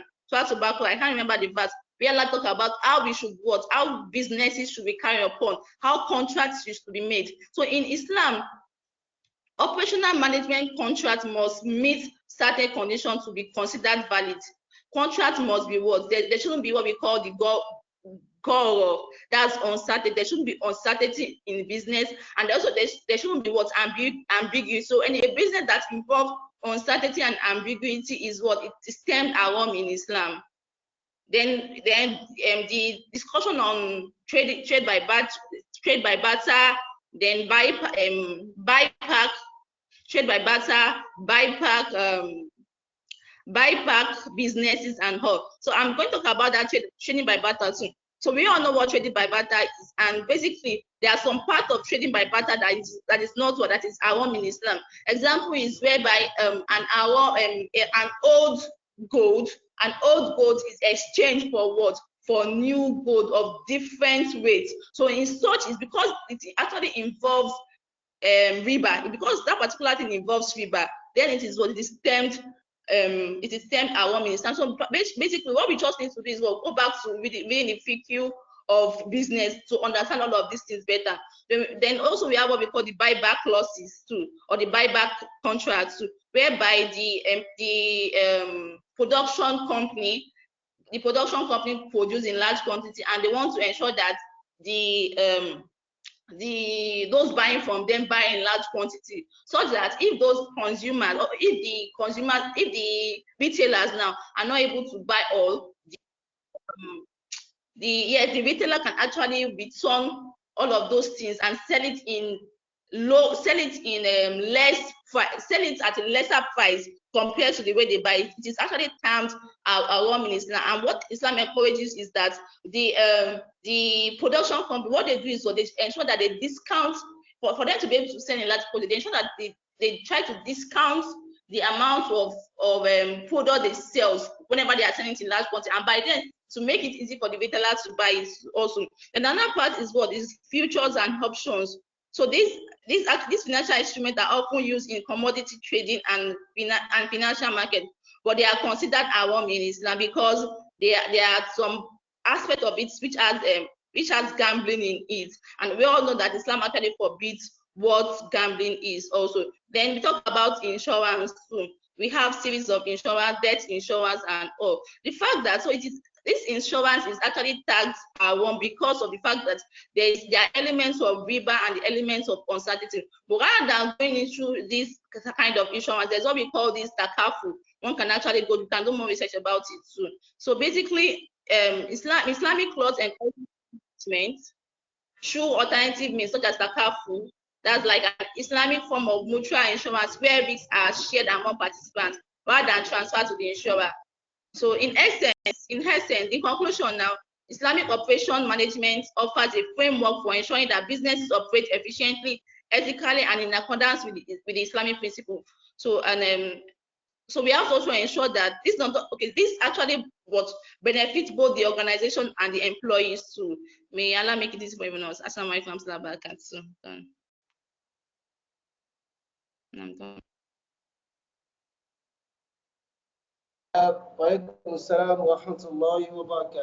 Thank you very much, Sister Fafila, for that presentation. Our participants have been here and it has been a lot. Thank you very much. I actually wanted to call again the remaining recharge card we have before we go for the last phase, which is just the remaining 3 chapters. Before we do that, I believe that we have questions, we have contributions from our participants. The last 10-15 minutes before the end of the call will be used to accommodate questions and contributions, so as to ensure that our participants also have, believe that we all have 1 or 2 things to say. So please, I will want it to be, I believe that it is important we make it more interactive, but because we are just trying to ensure that the time is carefully spent, and that's why we are trying to do all of this. So I'll be starting with Glow again this time, and I would want to call it while I implore the Glow users again in the house. Please get ready, the Glow users. Please get ready. So I will call it now. We have 5828 7845 07810. Any Glow users in the house? Please, if you are the one, you are the lucky winner, kindly please signify so that we know that that is sorted. So while we are waiting for the winner to declare himself, we will go to the we go to MTN to while I call the MTN. So for the MTN we have 3932 9293 4786 92321. Please, if you are a lucky winner too, can you please let us know if you are the winner? So while we are doing that, Sister Asana, I will want you to go ahead now to take up the ninth and 10th chapter together while we tell for the final chapter and take contributions from our participants. Thank you. All right, thank you so much. Assalamu alaikum warahmatullahi wabarakatuh. Trust everyone is fine, and can you hear me? Hello, can everyone hear me? Yes, we can. Yes. All right, all right. Sometimes in December last year, during the festive period, I came across a Muslima sponsored ad on IG where she was persuading ladies to buy her fancy glasses. She said, Ọdún wa níta, ẹ jẹ́ ká ṣojú lóge nínú ọdún yìí. Sister me, you need to look good. You might be wondering what's up with this. I will let you know shortly. Stay tuned. I'm Hassan Abolaji, and I'll be reviewing the chapter 9 and 7, chapter 9 and 10 of this book on marketing and management, respectively. It's no longer news that conventional businesses have adopted marketing practices termed as best, and that pool of businesses, even Muslim-owned ones, follow blindly. And at certain levels, to be in top 1% of your industry or have a huge competitive edge over your competitors, you need to involve in haram deals like riba and the likes. And to them, there are huge rewards for those who dance to these tunes. Imagine the story of the sister I started with. Firstly, she's using the marketing strategy of season or trend, so to say. During that period, Christmas and New Year were words in trends. But as believers who claim to fear Allah, should we use such seasonal strategy to promote our products? I'm sure the answer is no. As Muslims, we need to remember that Allah is the controller of our fears and the source of all strength. In Quran 65, verse 2 to 3, he said, and whosoever fears Allah and keeps his duty to him, he will make a way for him to get out from every difficulty, and he will provide from sources he never could imagine. This now brings us to some issues that have become general rather than specific activities to marketing worldwide as outlined by the author. And the first one will be prohibition of music, certain drawings, and promotion. I'm coming, trying to get my slides ready. Okay. All right. Can you still hear me? Yes, yes, loud and clear. All right. For the first one, Yes, prohibition we of can. music. All right. For the first one, prohibition of music, certain drawings, and photography. As much as conventional marketing activities today, like advertisements, musical industry, ringbacks, and customer service lines uses music as a marketing strategy. They call it a very good marketing strategy, and this is prohibited in Islam. And it is evident in Quran 31, verse 6, where Allah says, and of mankind is he who purchases idle talks, a phrase interpreted to mean music and singing, to mislead people from the path of Allah. And the Prophet Muhammad also said, among my ummah, there will certainly be people who permit adultery, silk, alcohol, and musical instruments by Bukhari. As Muslim CEOs or founders, we might be looking at it as that if music is haram, how then can our brand's content do well in reaching our audience and drive sales? Looking at the fact that some music or some sounds have been used to achieve, massive sales and audience engagements, my advice would be, let's leverage voiceovers, use sounds with no beat, foul on sexual words, and also leverage witty and captivating captions to drive sales and audience engagement, both in advertisements and content creation. The second one is also about artworks. The second one is about artworks. The use of artworks or pictures or photographs can be seen to be rampant now. So we see, in TVs, in posters, banners, we see different pictures and photographs of humans and animals. And we know that this is a prohibition in Islam, as seen in the hadith of the Prophet Muhammad sallallahu alaihi wasallam, in which was collected by Ibn Abbas. He said, the Prophet Muhammad said, every image maker will be in the fire, and for every image that he made, a soul will be created for him, which will be punished in the fire. He further said, if you must do that, make pictures of trees.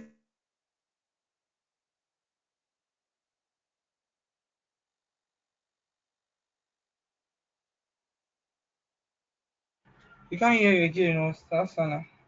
And other inanimate objects. It shows that we can make pictures.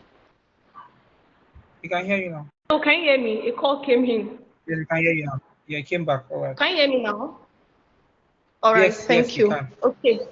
Okay, thank you. So the evidence is that the evidence by Ibn Abbas about artworks or animate or what's it called pictures and all of those things is that if you must use it is haram, and if you must use it, you have to use inanimate or what's it called pictures of trees and other inanimate objects, maybe like cars or some objects, tables, chairs, or any other ones you can think of. So as Muslim entrepreneurs, we need to dish the use of humans and animals, photographs or drawings in our business development, advertisement, and content creation, because we can be, we have been created as the in the best forms with great brains. So we need to ignite that creativity we have been bestowed upon, to be more resourceful and imaginative, to create mind-blowing artworks that would be in line with Islamic principles. And there is a case study of a country, Bangladesh. I'm coming. I wrote somewhere. I'm trying to get it. The call kind of distracted me. I'm sorry. So there is a case study. Okay, there is a case study of Bangladesh, in which it's a what's it called, a fast food business in Bangladesh. They try to refrain from using music or photographs. They rely instead on advertisement campaign that is aesthetically designed and that features extremely witty comments that draws the attention of consumers and also entertains them. So it means that these people have been able to craft remarkable, solutions to these, conventional ways. They're like, okay, we don't want to offend Allah by trying to say we are doing business, and we don't even want to, we don't want to draw upon ourselves consequences, that will not be pleased with in the hereafter. So they have to do what? They have to look for innovative approach to, to include, things that would still push their businesses to the face of those that will be needing it. Also, when we talk of, product designing, the third one, product design, we say that it is a common practice in marketing to design products or services to match the core needs, wants, or desires of the consumers. But as Muslim business professionals, we must access a product idea before production to know if it is halal or haram before producing or selling. Let me give you a second leg to the sister story I started with. The sister sells glasses. I saw the glasses myself, and these glasses they are the types that are encouraging tabarruj. That is wanton display, of beauty. It has so many crystals, so many things, attached to it to make it overly beautiful. And modesty is preached in Islam, and whatsoever thing we have to do as Muslims or as Muslims, we need to do what? To do it with insan excellence. Though she did not produce those, it was made by a company, right? But then, so far she is selling it, it has she's selling it, and she's selling it, and the product itself is negating Islamic values, then she's already, and she's already wrong in the product designing. So for most, and the funniest part of the story is that there are some Muslim women that even though they are Muslims, they know about these rules and laws. They would still want to satisfy their desires. They love such. We want to look beautiful. We want people to compliment us as we go. Oh, mashallah, sister, I love your glasses. I love this and that. Even though it's going to contradict with our Islamic values, right? So as business owners, entrepreneurs, even though you know that your target audience, this is what they truly want, because in marketing, we have something called, core needs, core needs, the core needs of of the consumers. So when you know that this is their core needs, it is not just what we think on the surface that they need. This is truly their core needs. And you know that it's going to negate Islamic values. Then the best is that you should move away from such, because there is no obedience in something that is going to disobey Allah's instructions.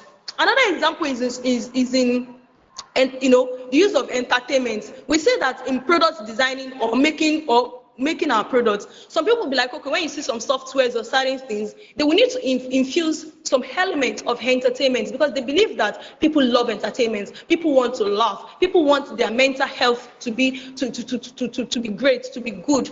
But then we know people love all those kind of things, and these methods would help them would help them get this result, right? But then if it's going to contradict with Islamic values, we need to move it away. Like now, infusing horoscope, nasty jokes, betting, music, pornography in our products, production or designs should be highly discouraged. Another one is farmers using some harmful pesticides. Even as much as they might say, oh, this pesticide is going to kill pests, it might also have some second leg to it, that it will boost the growth of the crops or the produce.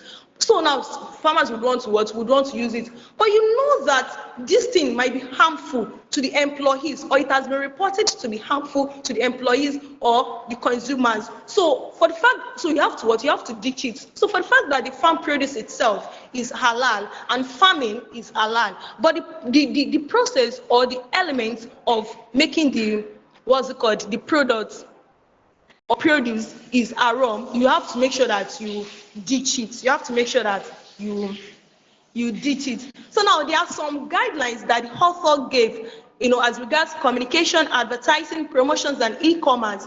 Number one is do not exaggerate the qualities of the products or praise them excessively. Number two is reveal the fault of the product before selling, as this breeds honesty, integrity, and transparency. In fact, for this second one, I recently bought a hair oil for my hair.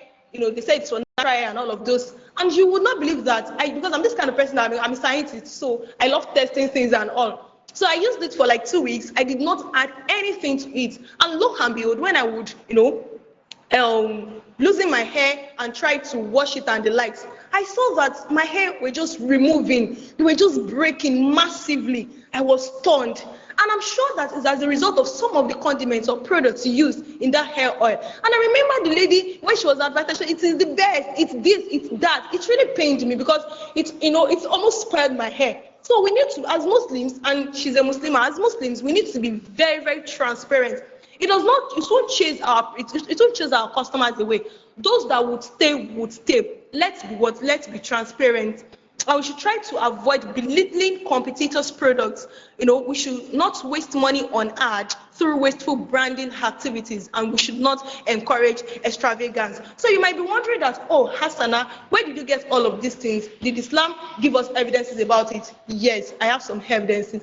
For advertisements, it is said that when advertising, the seller should neither exercise nor encourage extravagance, for Allah has commanded that, waste not by extravagance. Verily, he, which is Allah, likes not those who waste by extravagance. So another one about belittling other, competitors. The Prophet Muhammad said, there should be no harm and no reciprocation of harm. And also, another evidence about some of these guidelines is that Abu Dar reported that the Prophet Muhammad said, there are some people that on the day of resurrection, Allah will not look at them with mercy, it will not make them pure, and it will give them painful punishments. An example of those people are what? Those people who brag about their favors. Number two, those people who wear their lower garments below their knees. That's for males. And the one who swears falsely when selling their wares. And this last one is very common. You see people saying, wallahi, wallahi, wallahi, here and there. And they are lying, all because they want to sell, all because they want to make that money.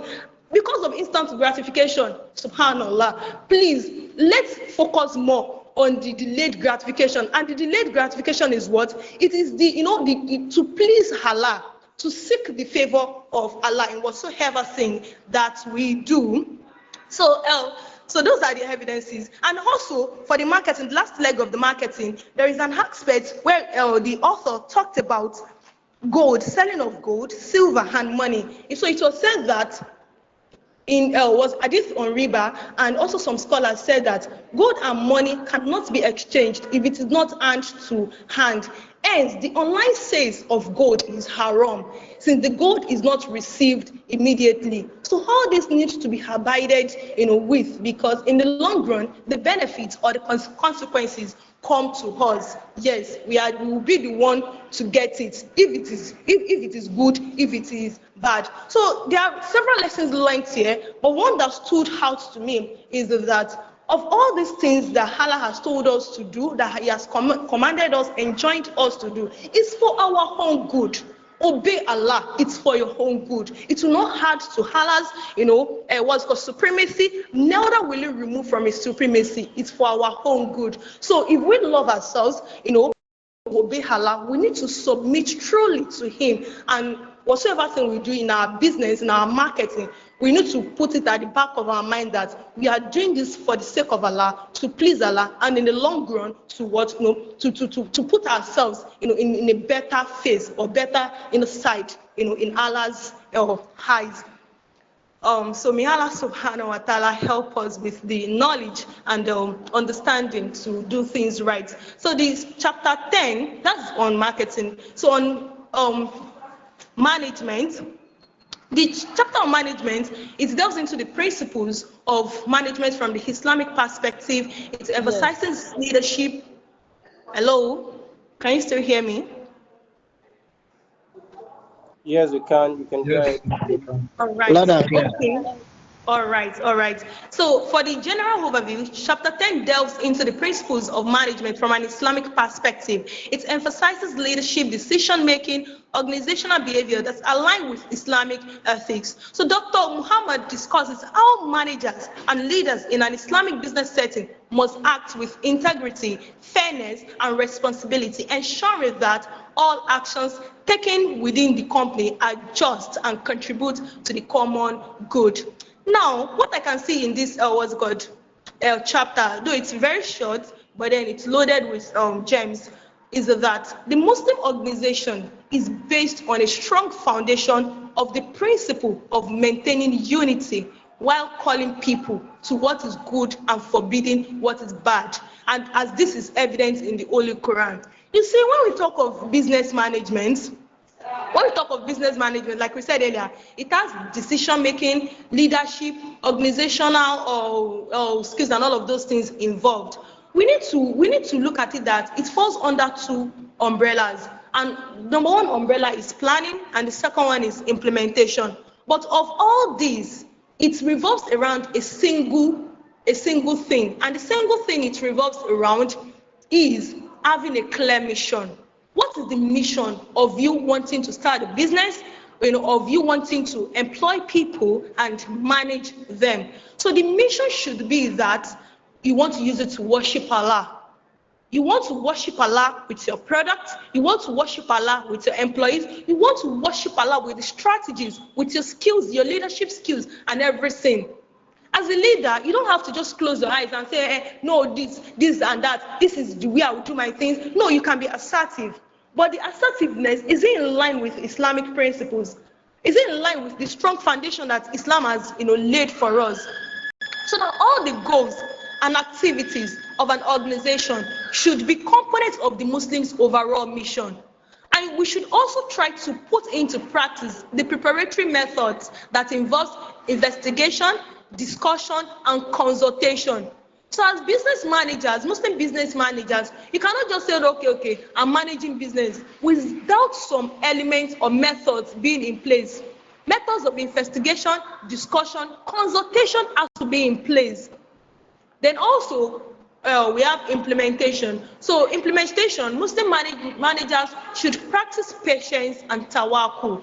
And these are evident in, I might not be able to say the Quran verses, but they are evident in Quran verses like Quran 40, 55 to 77, then Quran 28 to then verse 80.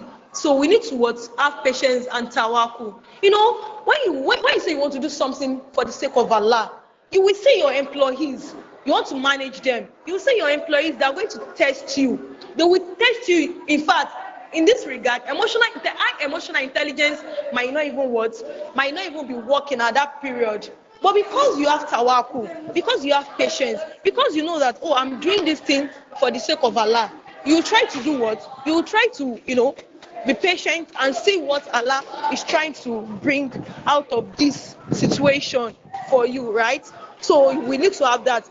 Then as Muslim managers, we need to pay close attention to the danger of the cut and fast approach of continental management practices.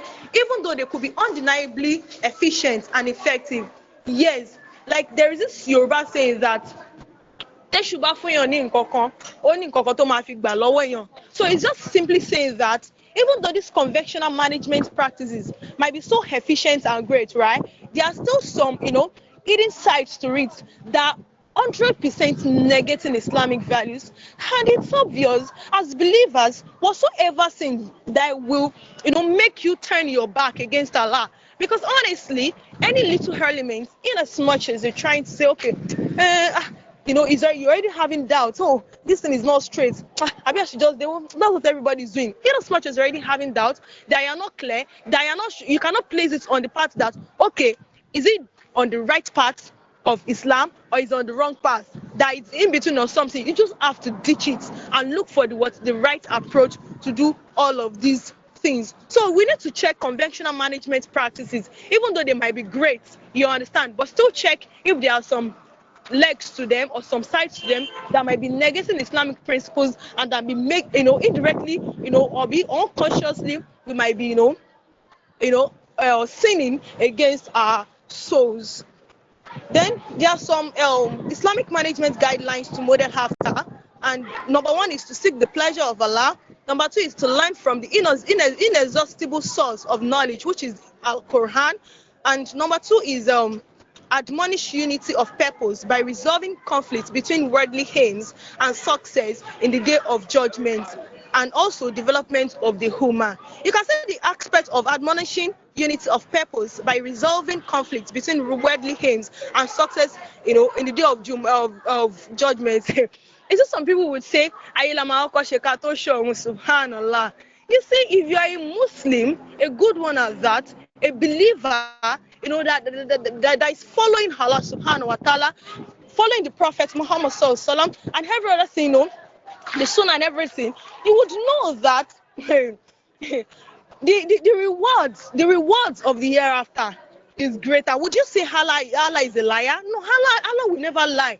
You understand? So whatever practices you want to do, in as much as this thing would, make you be on the path of the wrongdoers, please deviate from it. Whether in business management, marketing, or what have you, deviate from it. So, we are not perfect. We are striving. May Allah subhanahu wa ta'ala help us to be better, Muslims, and be part of those that Allah would, admit with His mercy to the to paradise, to Al-Jannah, to Firdaus, and and our households and everyone. So I think I'm done, and my phone is 1%. I might be going off now. Thank you. Thank you so much, Sister Sana. Jazakallah khair for that beautiful presentation and for helping us to carefully discuss marketing and management within the context of Islam. We thank you very much. And for all our participants, we know we have stolen a very large part of your time today. We thank you sincerely. May Allah bless you. While I'm rounding up with the last chapter, which is the chapter 11, so I will not be taking our time. I can assure us that it's just going to take me approximately 10 minutes, 5 minutes, sorry, to round up with the business ethics. So the chapter on business ethics is just to help us establish why it is important as a business manager, particularly a Muslim business owner, why it's important to always integrate ethics within the confine of our business practices, and why it's also essential to know that the idea of ethics does not just stem from modern day business practice. It has been an age long Islamic principle that Allah Himself has ordained, and it's a way that the Prophet ﷺ have also integrated in his own business endeavor. There are ample verses in the Quran that address this point. To first also comment, it is important to also know that as much as the ethics is regarded as a component of philosophy, which is related to moral standard, it's important to know that the core of Islam is that we are expected to implement ethical standards in all of our business practices. A typical example is this: it is Islam that will encourage you as a business owner to not just make profit, but to also consider the welfare and the life of your consumer. A good example is you are someone who is into maybe selling of foods. It is part of the ethic that Islam preaches that your environment where you are selling and where you are making the food, it is neat and you are not in any way causing harm to the environment. So this is part of the Islamic standard of business. So when we look at business ethics with the lens of Islam, we would know that it is quite different from even what the secular ethical practices preaches. Allah says in the glorious Quran in Surah Al-Ma'idah, where He says, "Al-yawma akmaltu lakum dinakum wa amantu alaykum ni'mati wa raditu lakum al-Islam dina," where Allah let us know that He has completed His favor upon us and He has perfected for us Islam as a religion, and it's to let us know that this, by completing the Islam and perfecting Islam, is that there is no part of your business that will not want you to, that Islam has not touched. And when we now look at it from the lens of ethical practice in Islam, you cannot be a successful business person without thinking of the ethical part of your business. You see that it is a common practice today. A number of all of these big companies, a typical example is if you buy a new iPhone 15 or iPhone 16, you see that they are not coming with the head of the charger again. You will only find the cord. The reason for this is not because they want to shortchange you in any way.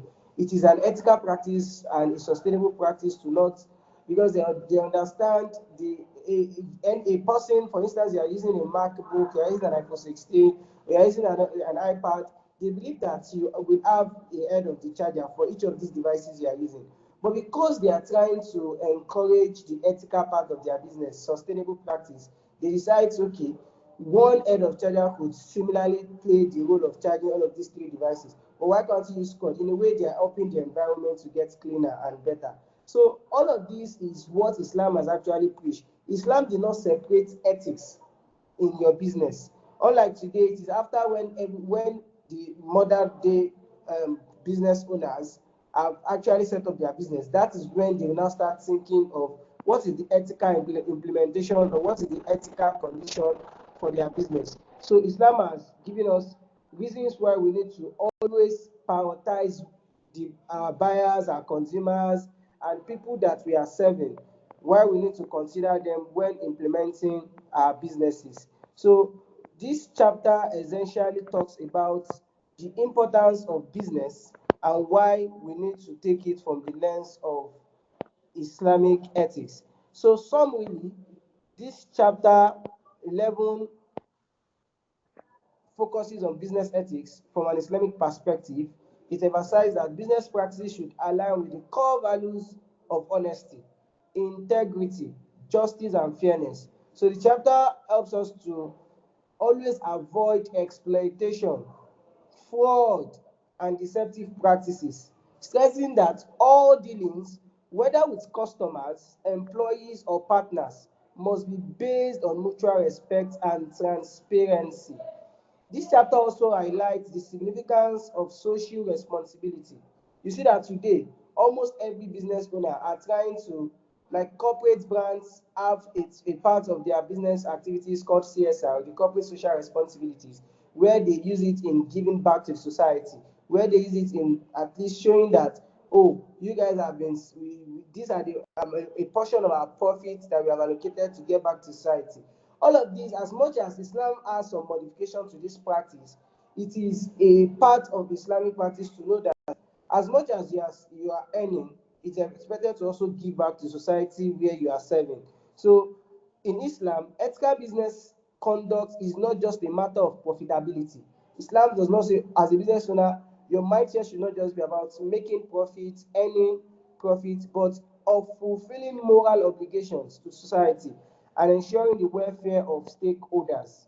So this is what Islam preaches, and this is the end of the chapter. To conclude, I will be sharing my screen finally now to make the conclusions and to just ask for one or two contributions before we end the discussions. So I just want to confirm if we can see my screen. Just a few minutes, please. No, we're not seeing anything. No.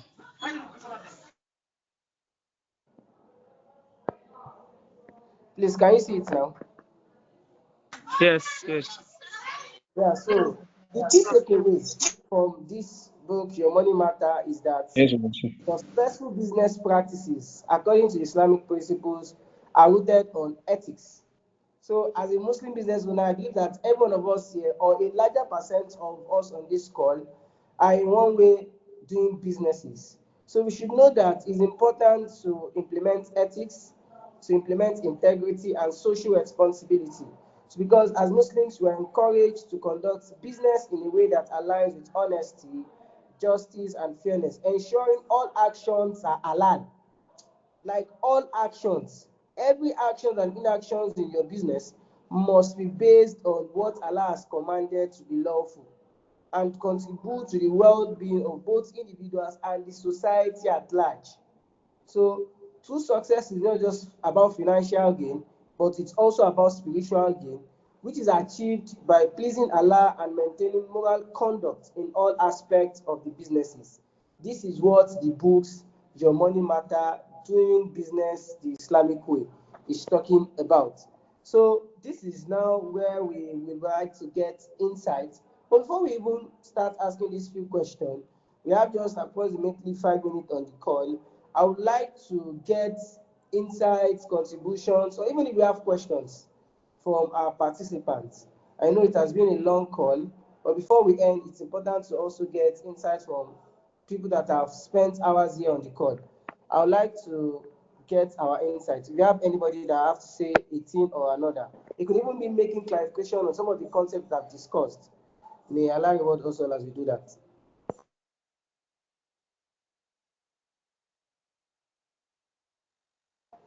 Do you have anybody that wants to say something?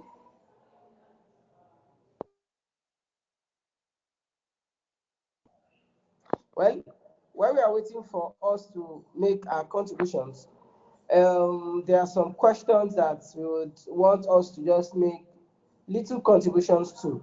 We have 5 of them. We might not be able to take all the 5 because of time, but we would want to get contributions from participants on this call.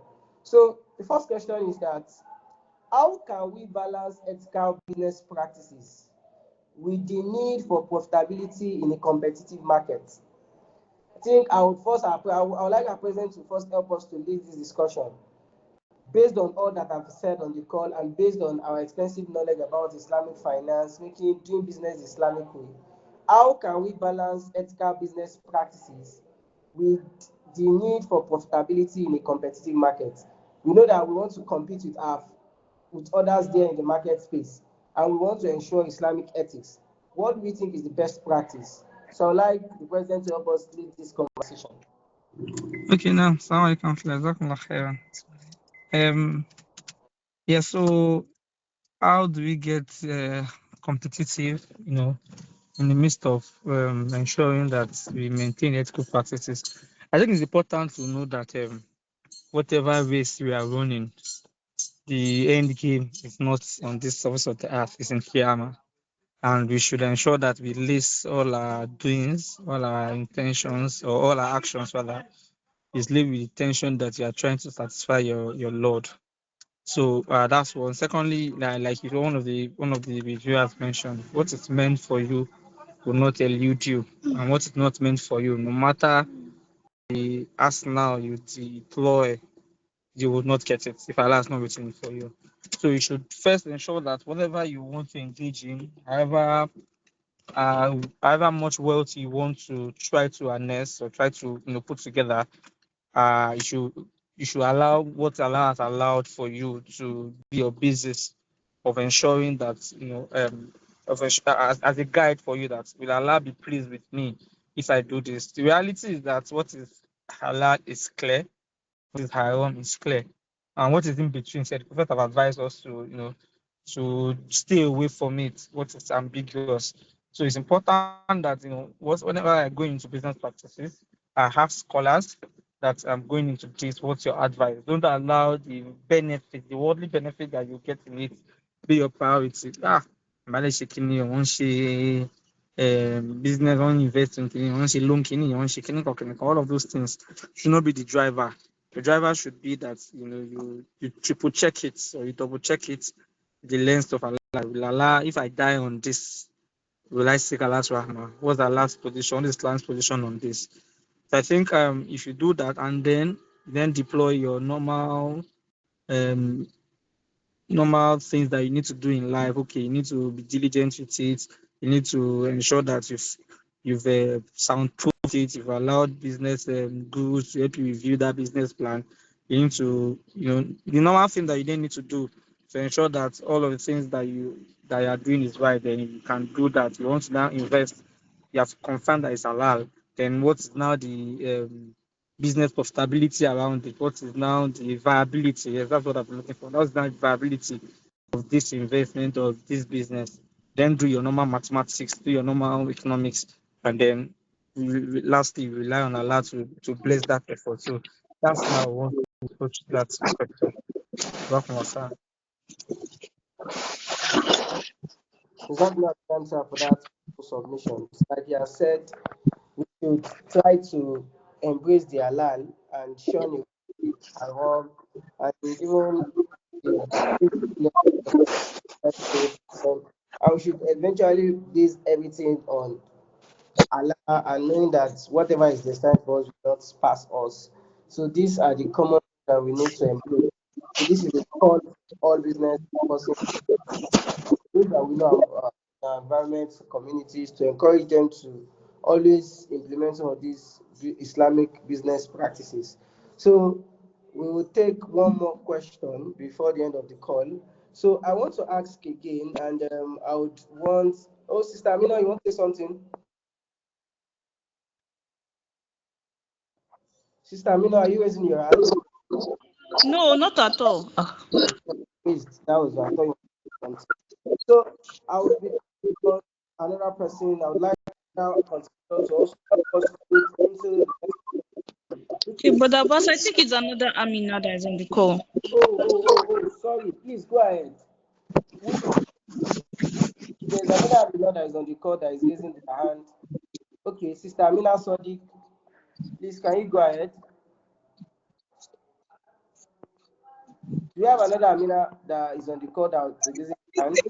I'm in my hand. Oh, sorry. Okay, I think it was a mistake. So I would want to ask the next question, which is, in what way can tawakkul and taqwa guide decision making in uncertain business environments? I think I would call us randomly. I think I would be calling Brother Abdul Akim also to help us with that. It could just be based on what our reviewers must have said so far. We just want to reiterate it.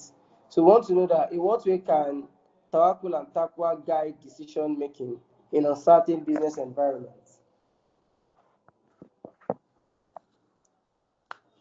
Contributors, please. Yeah. Assalamu alaikum. Sorry, I didn't get the message very well. The question, it's can you still see my screen, sir? If not, I'll be calling it carefully. I can see the screen. Yeah, the second question. In what ways can tawakkul and taqwa guide decision making in a certain business environment?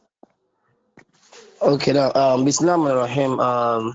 We ask Allah subhanahu wa ta'ala to ease all we do. Basically, in Islam, whatever we are doing as Muslims are things that we must actually base them with the intention of worshiping Allah subhanahu wa ta'ala. And Allah subhanahu wa ta'ala actually told us in a verse of the Quran, verse of Rahim, that وَمَن يَتَوَكَّلْ عَلَى اللَّهِ, that whosoever puts complete reliance on Allah subhanahu wa ta'ala, يَجْعَلْ لَهُ مَخْرَجًا, Allah would actually make a way out for that person. For such a person, impossibility will be out of the dictionary for that person because everything becomes possible through Allah. Equally, Allah told us another verse of the Quran that وَمَن يَتَوَكَّلْ عَلَى اللَّهِ يُعْظِمْ لَهُ أَجْرَهُ. Whosoever have reliance on Allah, Allah would increase that person in rewards.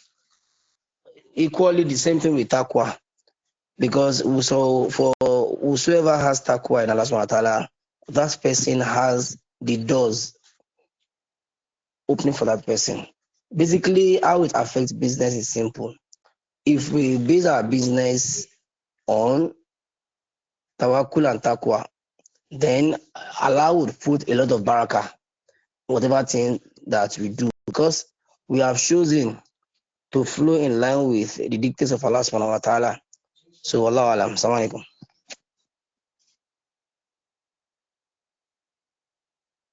Yeah, Jazakallah khairan. Thank you so much for Sister Alima. Are you Yes, please.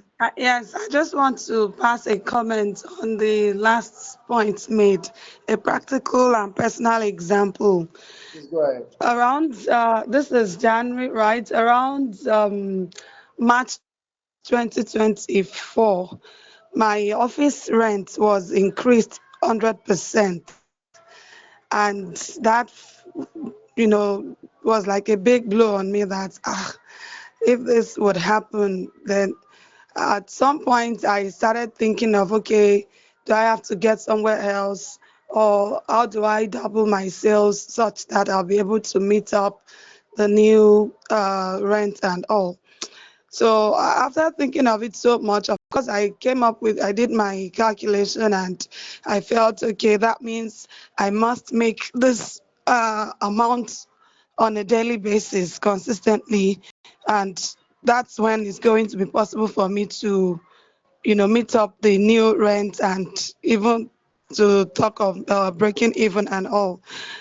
But along the line, I knew that to make that amount on a daily basis is not something realistic, except Allah does it for me.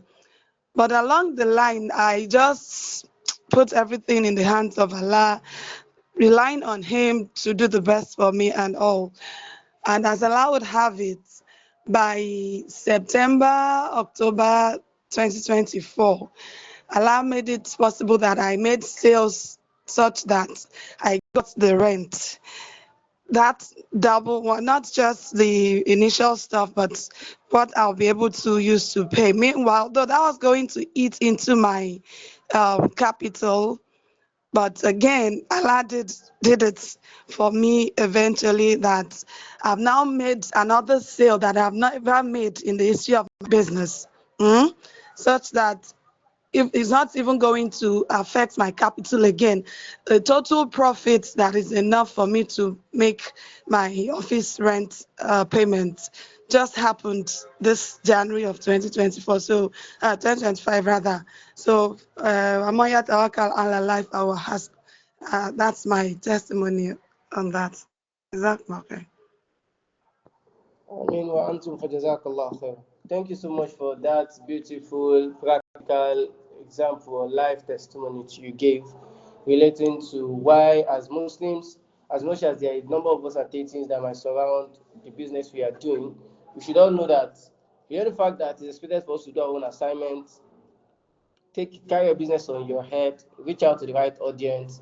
It's also important to know that Allah is the one who grants success to who He wills, and is only the one that could make us achieve the impossible in each of our businesses. So this is just the summary of that question. We are not going to be able to take the other questions because of time. We would have loved to get insights from our participants.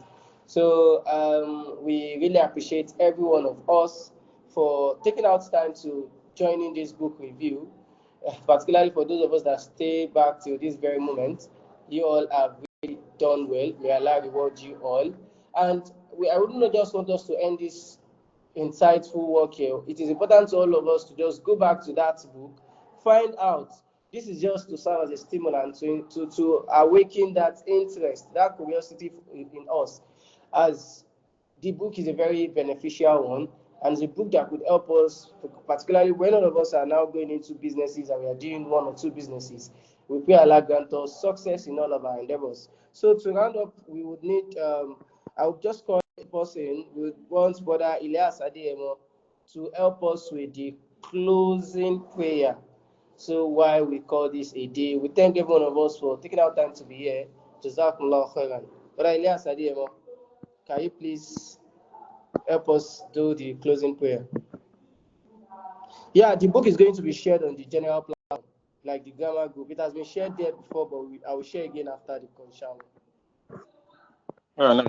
Alhamdulillah Rabbil Alamin. We thank Almighty Allah Subhanahu wa Taala who has made it easy for us to have today's session, and special thanks to all of our reviewers and all of those who have made one or two comments. We pray Almighty Allah accept it from each and every one of us as an act of ibadah, and make it easy for us to implement all that we have learned from here. اللهم ربنا آتنا في الدنيا حسنة وفي الآخرة حسنة وقنا عذاب النار سبحانك اللهم بحمدك أشهد أن لا إله إلا أنت أستغفرك وأتوب إليك سبحان ربك رب العزة عما يصفون والسلام على المرسلين والحمد لله رب العالمين. السلام عليكم ورحمة الله وبركاته. Jazakallah khairan. Thank you, everyone.